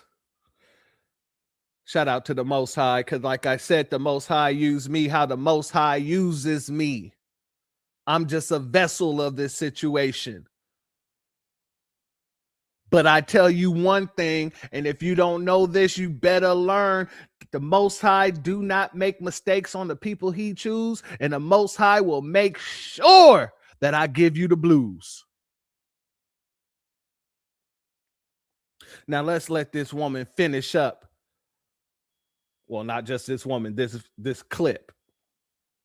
Israel must be told, and not from an antiquated place or not from a historical place, but a contemporary place, because we have a responsibility to the Jewish people and we have an obligation to God. First and foremost, I don't have a responsibility to any to be like people. The to be like people who tries to actually take on an identity in which don't belong to them, and that's why they can't just call themselves Israelites. They call themselves what? Israelis. Because they know that they're not the chosen people of the Bible. Come on, they are not the chosen people of the Most High. Let me say that again. They are not the chosen people of the Most High. I owe them nothing. I owe the synagogue of Satan not a damn thing.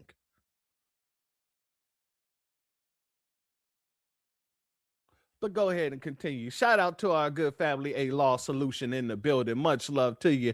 And also, let me give a B1 salute to our good sister, Melvina Miles in the building. Much love to you. Thank you for being here. And thank you for your PayPal donation, family. Your donation is blessed tenfold, and I appreciate your contribution as always, family.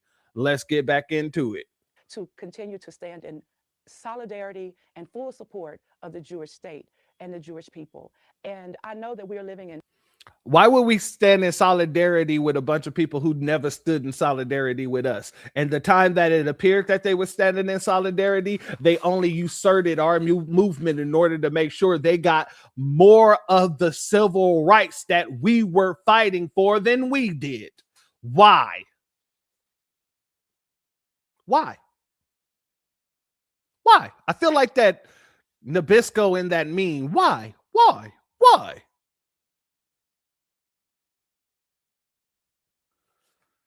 This is what's been going on, family. This is what's been going on. In turbulent times. But we must understand that Israel is the center of it all. Of a spiritual power in the United States. And that is equally as important as the political power. Because if the United States moved their embassy to Jerusalem, it's because you, the spiritual power of the United States of America, lobbied for the embassy to be moved to Jerusalem. In the 115-year history of our church, there has not been a presiding bishop that has made an official visit to Israel. We are said to have 6.5 million members. We are the largest Black church in the world. Israeli dignitaries and bishops from around the world came together at the King David Hotel to welcome the bishop. From then to now, how much has Israel influenced or tried to get their hands in the Black community to influence negatively to us, you know? I'll tag there below. Please watch the full video. It's very informative. But I wanted to talk about the connection between the Black church, Black people, and the state of Israel. Zeus Network.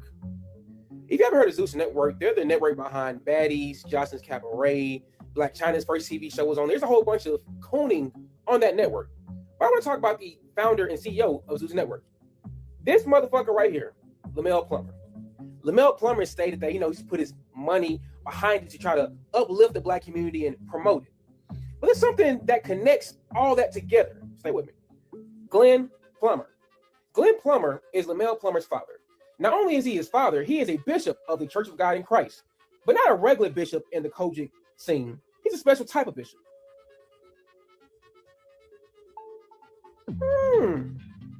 So you mean to tell me that a creator and a head of a network whose sole purpose of that network is to kill, steal, and destroy the Black community, his father is a bishop of Israel? No, there can't be a connection. This is my opinion, for educational purposes only. Baddies, Zeus Network, this T app are all Israeli psyops. Anything to degrade people, to already ruin the image of Black people is being pushed. Look at the owners of these companies. Like, really, go if you do any deep digging, you'll be like, oh my God, here we go again. Listen, these people have been playing media and propaganda wars since we were born. They'll promote the Black experience from Baddies, right? And then people will look at it like, wow, look at these dumb, drunk hooligans who just are violent all the time. And that will make them internalize them beating us with their police or brutalizing us in the streets because they think all of us are like that. That's an Israeli psyop, gang. Lock it. Family. And shout out to our brother AO. He's absolutely correct. That god dang it. TikTok has now been it's been found out that TikTok is now owned by Israel. Not Israel, us, Israel over there, the Top Hat community. Yeah, they're not beating the allegations of running the media, right? Yeah, because they have to get to your babies on TikTok. So, family, I hope I've proven to you how important you are in the grand scheme of things. How important your children are in the grand scheme of things. How important you are to the global scheme of things. And we're just sitting here minding our damn business. We just minding our damn business. We ain't messing with them. They ain't messing with me. I'm not messing with them over there. I'm not messing with them up there. I'm not messing with them down there. I'm just sitting here minding my own FBA business. Y'all sitting there minding y'all own FBA business. But everywhere we turn, everybody got something to say about us or try to bring us into a situation or try to bring our children into a situation.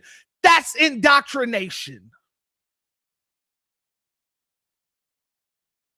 And I'll be damned if our children aren't prepared to fight back against this goddamn indoctrinating bull stuff. First, they indoctrinate them into the schools, and then they indoctrinate them into whatever nonsense that the school got a pipeline to. Everything that they are indoctrinating our children with first goes through the schools. Intersectionality, the whole a man could be a girl and a girl could be a man, all that was sent through the schools first. They put it on the kids.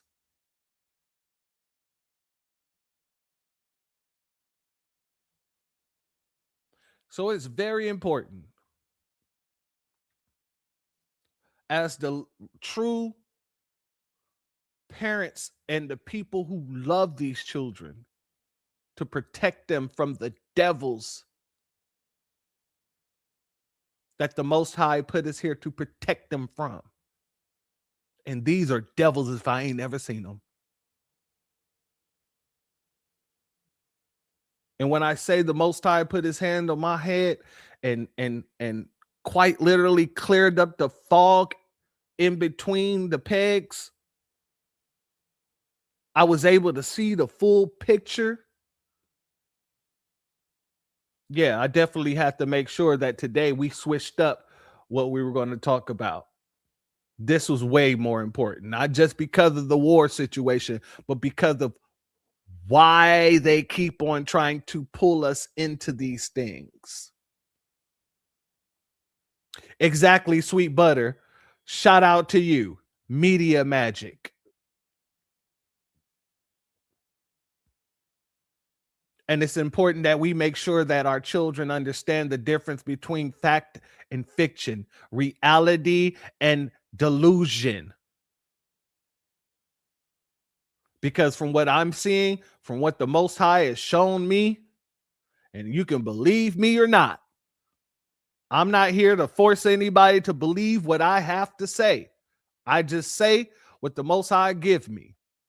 And I'm going to say this one time and one time only. It is very important to make sure that our children is not pulled into these shenanigans or chicaneries, because it's about to get real deep. And at the end of the day, if we stay out the way and do what we're supposed to, things will be looking up for us. And that's just my epiphany. You take that or you can leave that. Either way, that'll be that. So no, we're staying out of all of that. All of that. And to be very transparent with you guys as well, there is one more situation we got to talk about before we get up out of here, because it is something that people should know what's going on in this situation. Because like I said, if you don't have no nukes, and guess what? You're next on the chopping block. And as I told you guys, I've been in international relations class where I was actually able to run my own country, do the simulation, things like that. And as I explained to you guys, one of the first things I had to do was get a nuke, because I had a country that didn't come with any resources. Every other country came with resources, natural resources like gold and all this other stuff. We didn't have any natural resources. We didn't have any ability to grow food. So when you're put in those type of situations economically, you know what kind of country you're going to end up being. And so my country ended up being a country where there was some diplomacy. However, we was ruthless as hell. I got my nukes and I made sure that everybody knew, hey, there's only one group of people on this board with nukes. So y'all going to either do business with me or I'm going to take it over. It's that simple. Now, of course, whenever you take over a country, you kind of don't want to take over another country as a country, because you take on all that country's problems, right? You take on all of their welfare issues. You take care of all of their, energy crisis issues, all of their issues now become your issues as a country when you take over another country. So the best thing to do is to make a deal where you're benefiting from that country. However, you don't have to rule that country. And that's what you can do when you have nukes. If you're a person with nukes in a region that doesn't have nukes, you can go around and you can tell them, hey, look, we don't have natural resources. You have natural resources. I don't want all your natural resources, but what I do want, I want you to give me 20% of your natural resources. Otherwise, we're going to go to war. I'll come in and take your natural resources. And if I don't have enough troops, guess what? I'll launch this nuke and everything in the facility will die off. And then later on, years later, I'll come and take those resources anyway.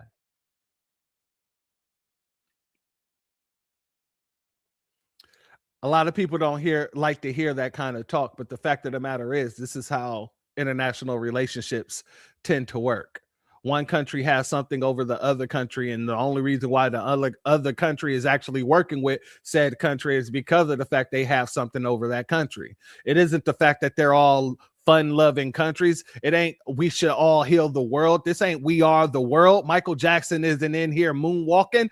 It's all about business.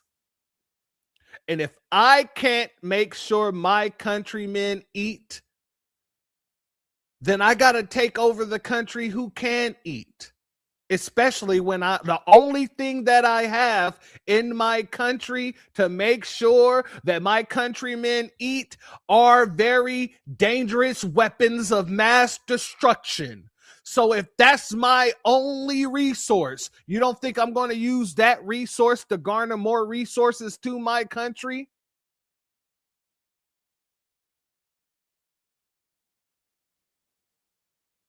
And I hate to sound like this, but I gotta be honest. I have to let people know how geopolitics tend to work outside of America, because for some reason,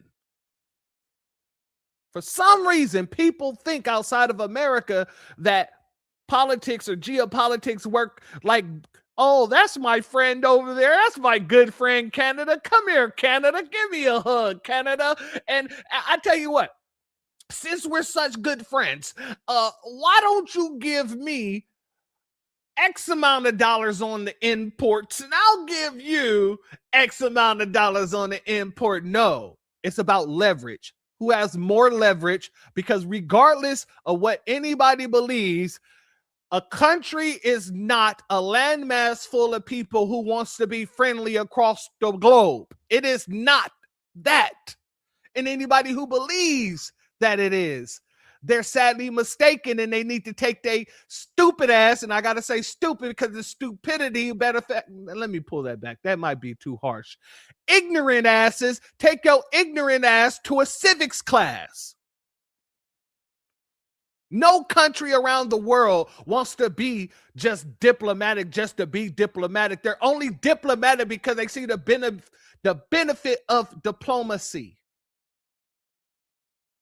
If there is no benefit in diplomacy and there is more benefit in me taking over your resources, then guess what I'm going to do? I got to feed my countrymen. I got to be able to make sure my soldiers eat. And I say this because I want to give a civics lesson to people who don't understand international relationships the way that they should be understood. This isn't because we're friendly. All that stuff that Jasmine Crockett was running around talking was nonsense. We are not friends with any of these countries. These are all business deals. Remember, every country around this globe is a business. It isn't just a friendly situation. Every government is doing business with another government. It's business.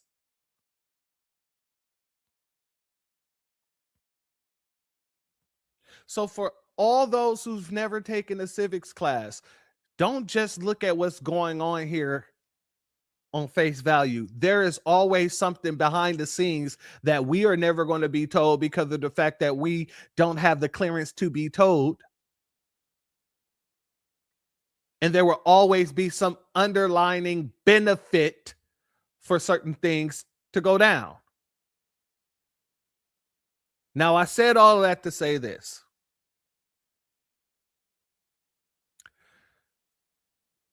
South Korea is now saying, hey, F it. Guess what? We're going after nuclear weapons now. We see that the person without the nukes is going to be hurt and attacked. So guess what we're going to do? We're going to be getting us some nukes too. Oh, yeah. See, that's why I went through that full breakdown the way I just did. It might have sounded like a tangent. It might have sounded like a rant. No, everything was in its place it was supposed to be. Because now one of the poorest countries in the world is saying, oh, I saw what the hell just happened. Oh, no, no, no, no, no. Hey, guess what? Yeah, we're getting nukes too. Because he without the nukes is he with his hands on the his head with on the chopping block. Let's go here, family. Let's go here in closing.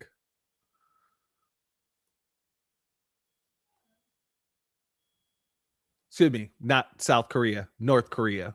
My apologies. Let's go here. Leader Kim Jong-un is promising to further grow his country's nuclear arsenal. These are images of last night's military parade in Pyongyang showing off thousands of soldiers. Alongside Kim Jong-un was his teenage daughter. Hold on, family. I'm going to run that back. There we go. Leader Kim Jong-un is promising to further grow his country's nuclear arsenal. These are images of last night's military parade in Pyongyang showing off thousands of soldiers. Alongside Kim Jong-un was his teenage daughter in a matching leather jacket. Now, observers are speculating she may be next in line of succession. Will Ripley takes a look. North Korea's first daughter is the spitting image of her dad, arriving at this week's military parade in matching black leather coats. The teenager even walks ahead of her own mother, a sign of her rising rank and status. In North Korean state media, she's called Kim Jong-un's beloved, dear daughter. And yet, not once has state media ever mentioned her name. It's believed to be Kim Ju-ae, a detail revealed by none other than Dennis Rodman, who says he held her as a baby when the U.S. basketball star made a contract. Let me pause that for a second. When I say foundational Black Americans has political capital all over the damn world, that was another thing you had to learn about in the international relations class. Even though we didn't have any natural resources, we had high political capital still. So us acquiring nukes, I was able to talk to other presidents and I was able to let them know, hey, you know we good. All you got to do is give us what we request. We don't have to go there, man. I don't want to go there with you, but I will. And because of my political capital, I was able to I took over one country during the time we did the exercise. We had 9 countries. I took over one country. I had 3 partners where we put together international deals. And if anything popped off, they had my back. And then the rest of the folks didn't want to join the deal. And guess what ended up happening?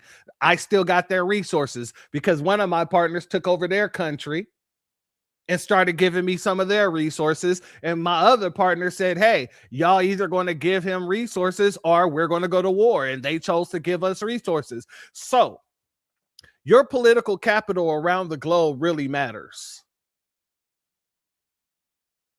In the very same way I was able to use my political capital in that simulation, the very same way the U.S. government used their political capital. And who are their political capital everywhere around the globe?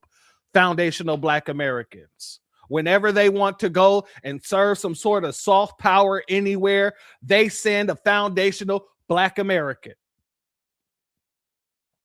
You think that goddamn Dennis Rodman is the first person that they did send to a foreign country at any damn time? No. During the Cold War, and I spoke about this several times. I actually spoke about it on our good brother Black Alpha's platform when he had me on there, and then on his platform for that interview.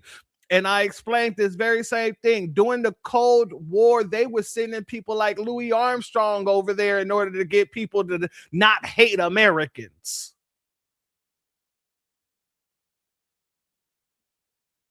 So please understand the talent that we have naturally. We can go anywhere around the globe and people will love us and chop it up with us and take us as more of a moral stance than anything or anybody that America could send them.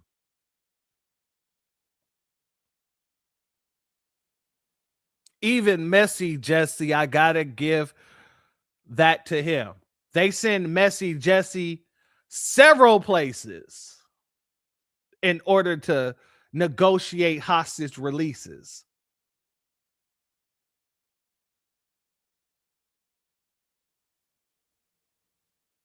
It's very important for us to know because it's very important for our children to know. And if our children don't know exactly who we are, what we are, and our power in this country and outside of this country, then they'll be able to take them to somewhere else in the world, whatever country, and indoctrinate them into whatever belief they want them to have.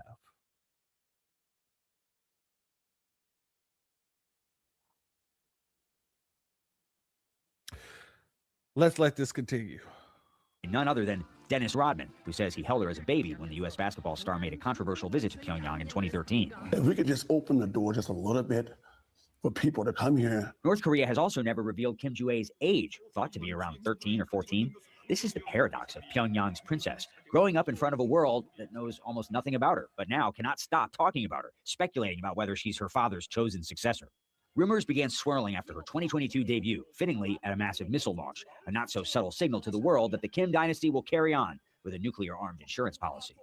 We do know she joined her father on his armored green train for an official state visit to Beijing last year, meeting world leaders like China's Xi Jinping and Russia's Vladimir Putin. One reason why South Korea's spy agency, the National Intelligence Service, told lawmakers behind closed doors Kim has now entered the stage of nominating his daughter as successor, and that she's no longer just showing up at big events, but also weighing in on policy decisions. She is giving her direct opinions on some policies during her on-site inspections. Kim also just... So think about how deep that is. You got a 14, 15, potentially year-old girl that may be the next leader once Kim kicked the bucket, who will have her finger on the button. Yeah, very interesting. Very interesting. I'm wondering if there are any more targets coming about. I know Cuba is coming. Cuba! But I also got to ask, with them being so deliberate out here, they already got a nuke. Apparently, they're expanding their nuclear program, which means they're trying to get more.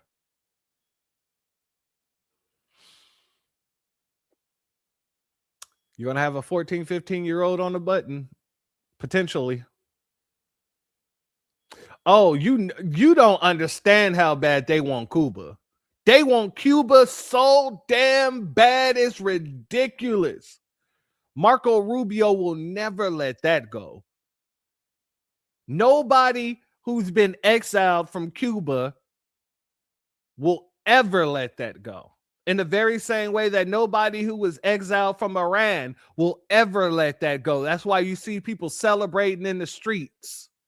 So who you think is going to be the next goddamn place hit where people you'll see celebrating in the streets in America? First, it was the Venezuelans.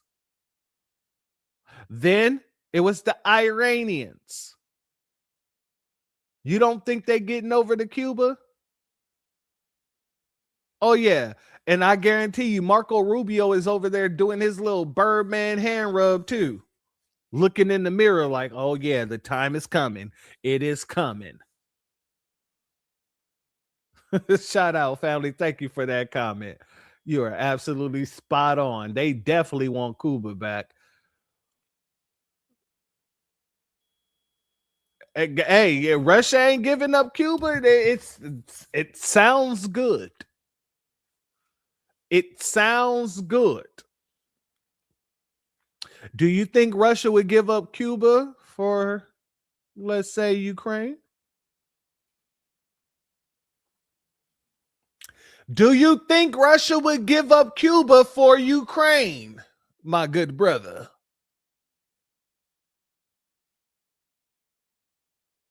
See, this is what I mean by these countries are nothing but businesses. The corporations. And trust me, if you sweeten the pot good enough for them, they're going to take that deal. You don't think that they would take Ukraine over Cuba? My brother, I got to say this. You know, Ukraine and Russia, that's a blood feud, right? Cuba might be closer to America. I'm with you there. Cuba is closer to America. You're absolutely correct. But they got a fixation on getting Ukraine back into their fold. In the very same way that China has a fixation off of getting Taiwan back into their fold. You know, like I said, this is more, and like I said, these blood feuds tie into their business dealings.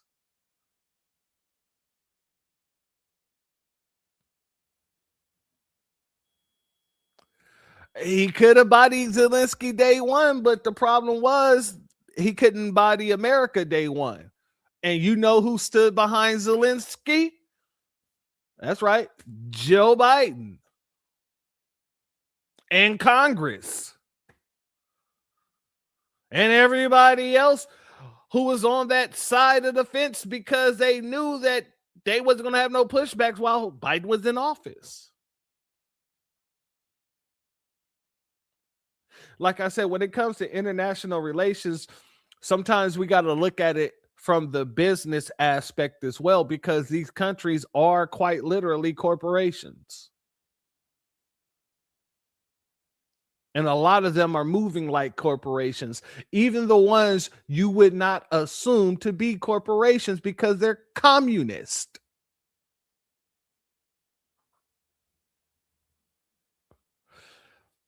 This is the world. Always understand that there is something that these countries are willing to give up, my brother. And trust me when I say, if you come to them with something they've been fighting for decades because they have this pride about themselves, I guarantee you they're going to take that pride and put it to the side. They're going to say, hey, you giving me Ukraine? Okay, I'll take that. Oh, you giving me Taiwan? Okay, I'll take that.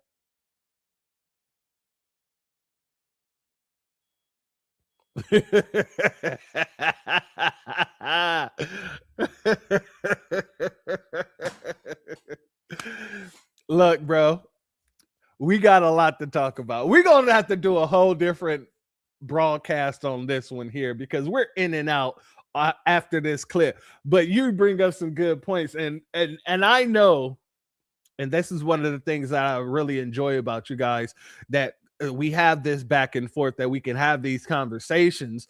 And I really want to take more time to delve deeper in that, but we're heading on 4 hours and I want to make sure we get out of here within the next couple of minutes. So we're going to put a pin in that, my good brother. We're going to put a pin in that. We're going to have to do a whole different broadcast on that just to have conversations on it, because I guarantee you there's a lot there. And I know where you coming from, because you real. You with it. Much love, my brother. let's let this continue, and then we'll get the heck up out of here. Promoted his younger sister, Kim Yo-jong, a close aide and trusted confidant, long rumored to be his successor before Kim Ju-ae's big reveal. Kim Jong-un is also believed to have other children. There's long been speculation about a possible older son. And if that son exists, the equation could change quickly if he ever steps forward. Kim Jong-un himself had only a brief time in the public eye before his father died in 2011. He had been studying at a private boarding school in Switzerland before much of the world even knew he existed. His father, North Korea's second leader, Kim Jong-il, had decades in the spotlight before taking over from his father, the country's founding leader, Kim Il-sung. Seoul's latest intelligence assessment about Kim Ju-ae's future may be their strongest to date. But in North Korea, nothing is official until it's official, raising the question, has North Korea's next leader already been decided, or are there others waiting in the wings? Will Ripley joins me now from Taipei. North Korea held an important political gathering earlier this week. Did that give any clues about the successor? Yeah, it was their 9th party congress, which they hold once every 5 or so years. And we were hoping for some sort of clue, Anderson, but there were no surprises, no clear succession plans.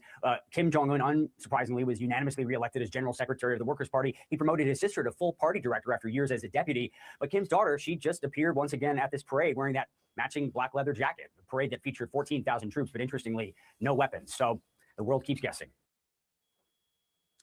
So, family, just so you know, I just wanted to make sure that you guys knew as well. Ever since this situation, now North Korea is coming out really like, hey, we're gonna pick up a couple of more. We're gonna need to. Because when you really think about it, you're fighting regimes. Now, also think about it like this: NATO, America is still a part of NATO, whether Trump says he was pulling out or not. He's there. Technically, we're still part of NATO, as well as Israel is still a part of NATO. The difference between BRICS and NATO is that NATO, if they're pulled into a war, they're required to send military. They're required. So, of course, he will want to expand those situations after seeing, America teaming up with the Top Hat community to go do what they did over there. My whole thing is this, family. At the end of the day, and I only showed you that just to keep everybody aware of what's going on. The same thing with the whole situation over in the Middle East.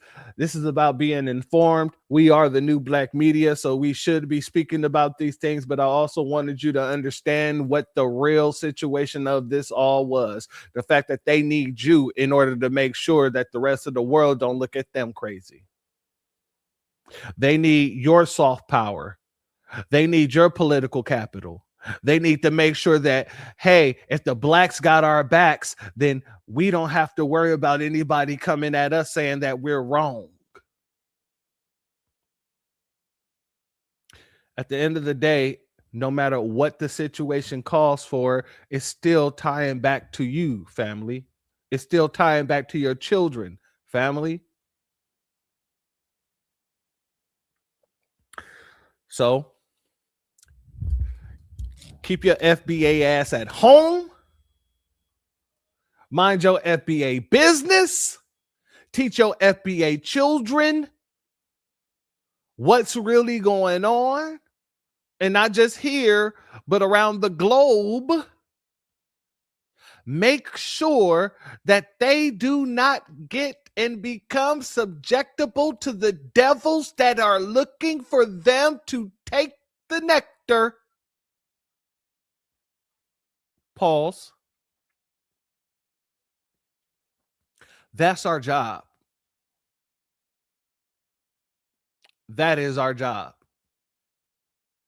And I take this job very damn seriously. We're going to be talking about the Epstein files, my brother, real soon. I compile things, and when I don't have all the information that I would like to have, I don't do the broadcast right away. I still have the Aboriginal broadcast put to the side as well, because I'm still finishing up this other book that I was going through. However,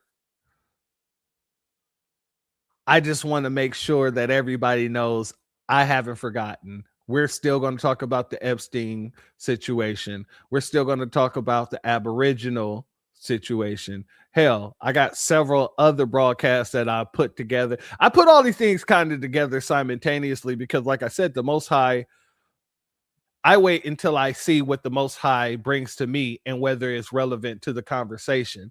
So the Most High tend to send me things that is undeniably a part of certain conversations.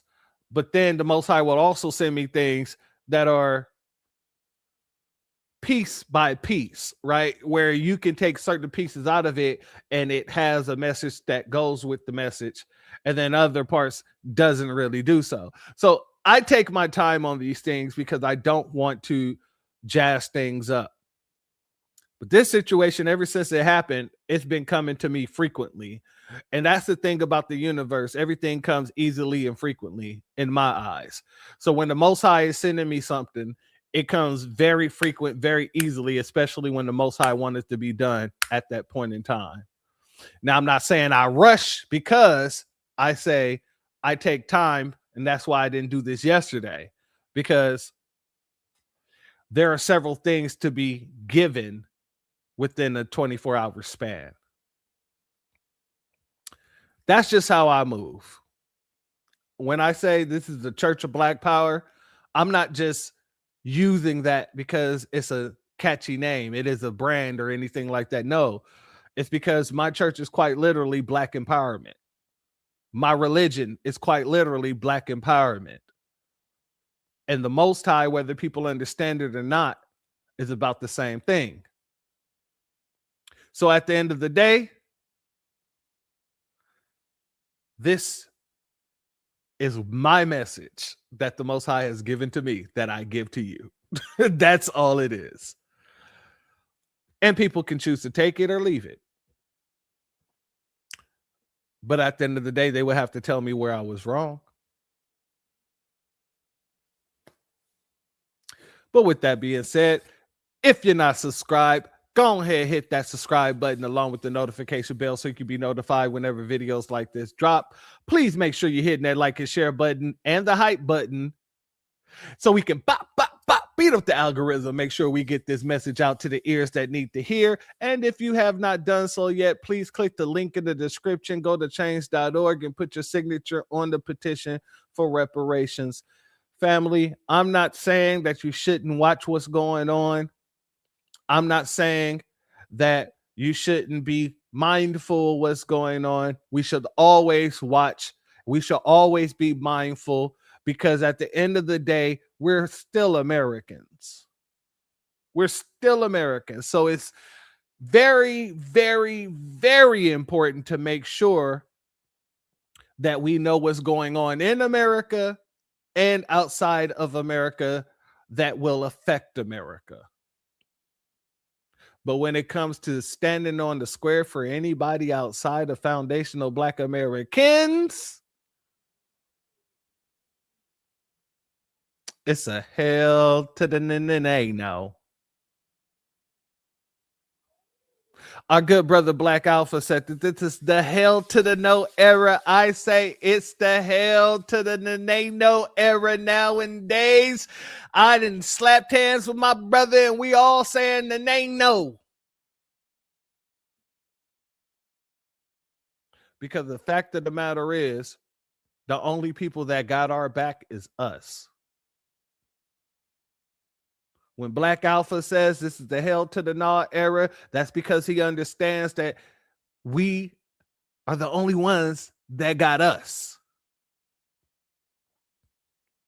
When Afro Elite says that this is the red pen era, we're going to be marking everything out and underlining all the mistakes, and we're going to let y'all know what's going on, because he knows and he understands the Most High has made sure that we are all on the same accord. There is nobody else but us.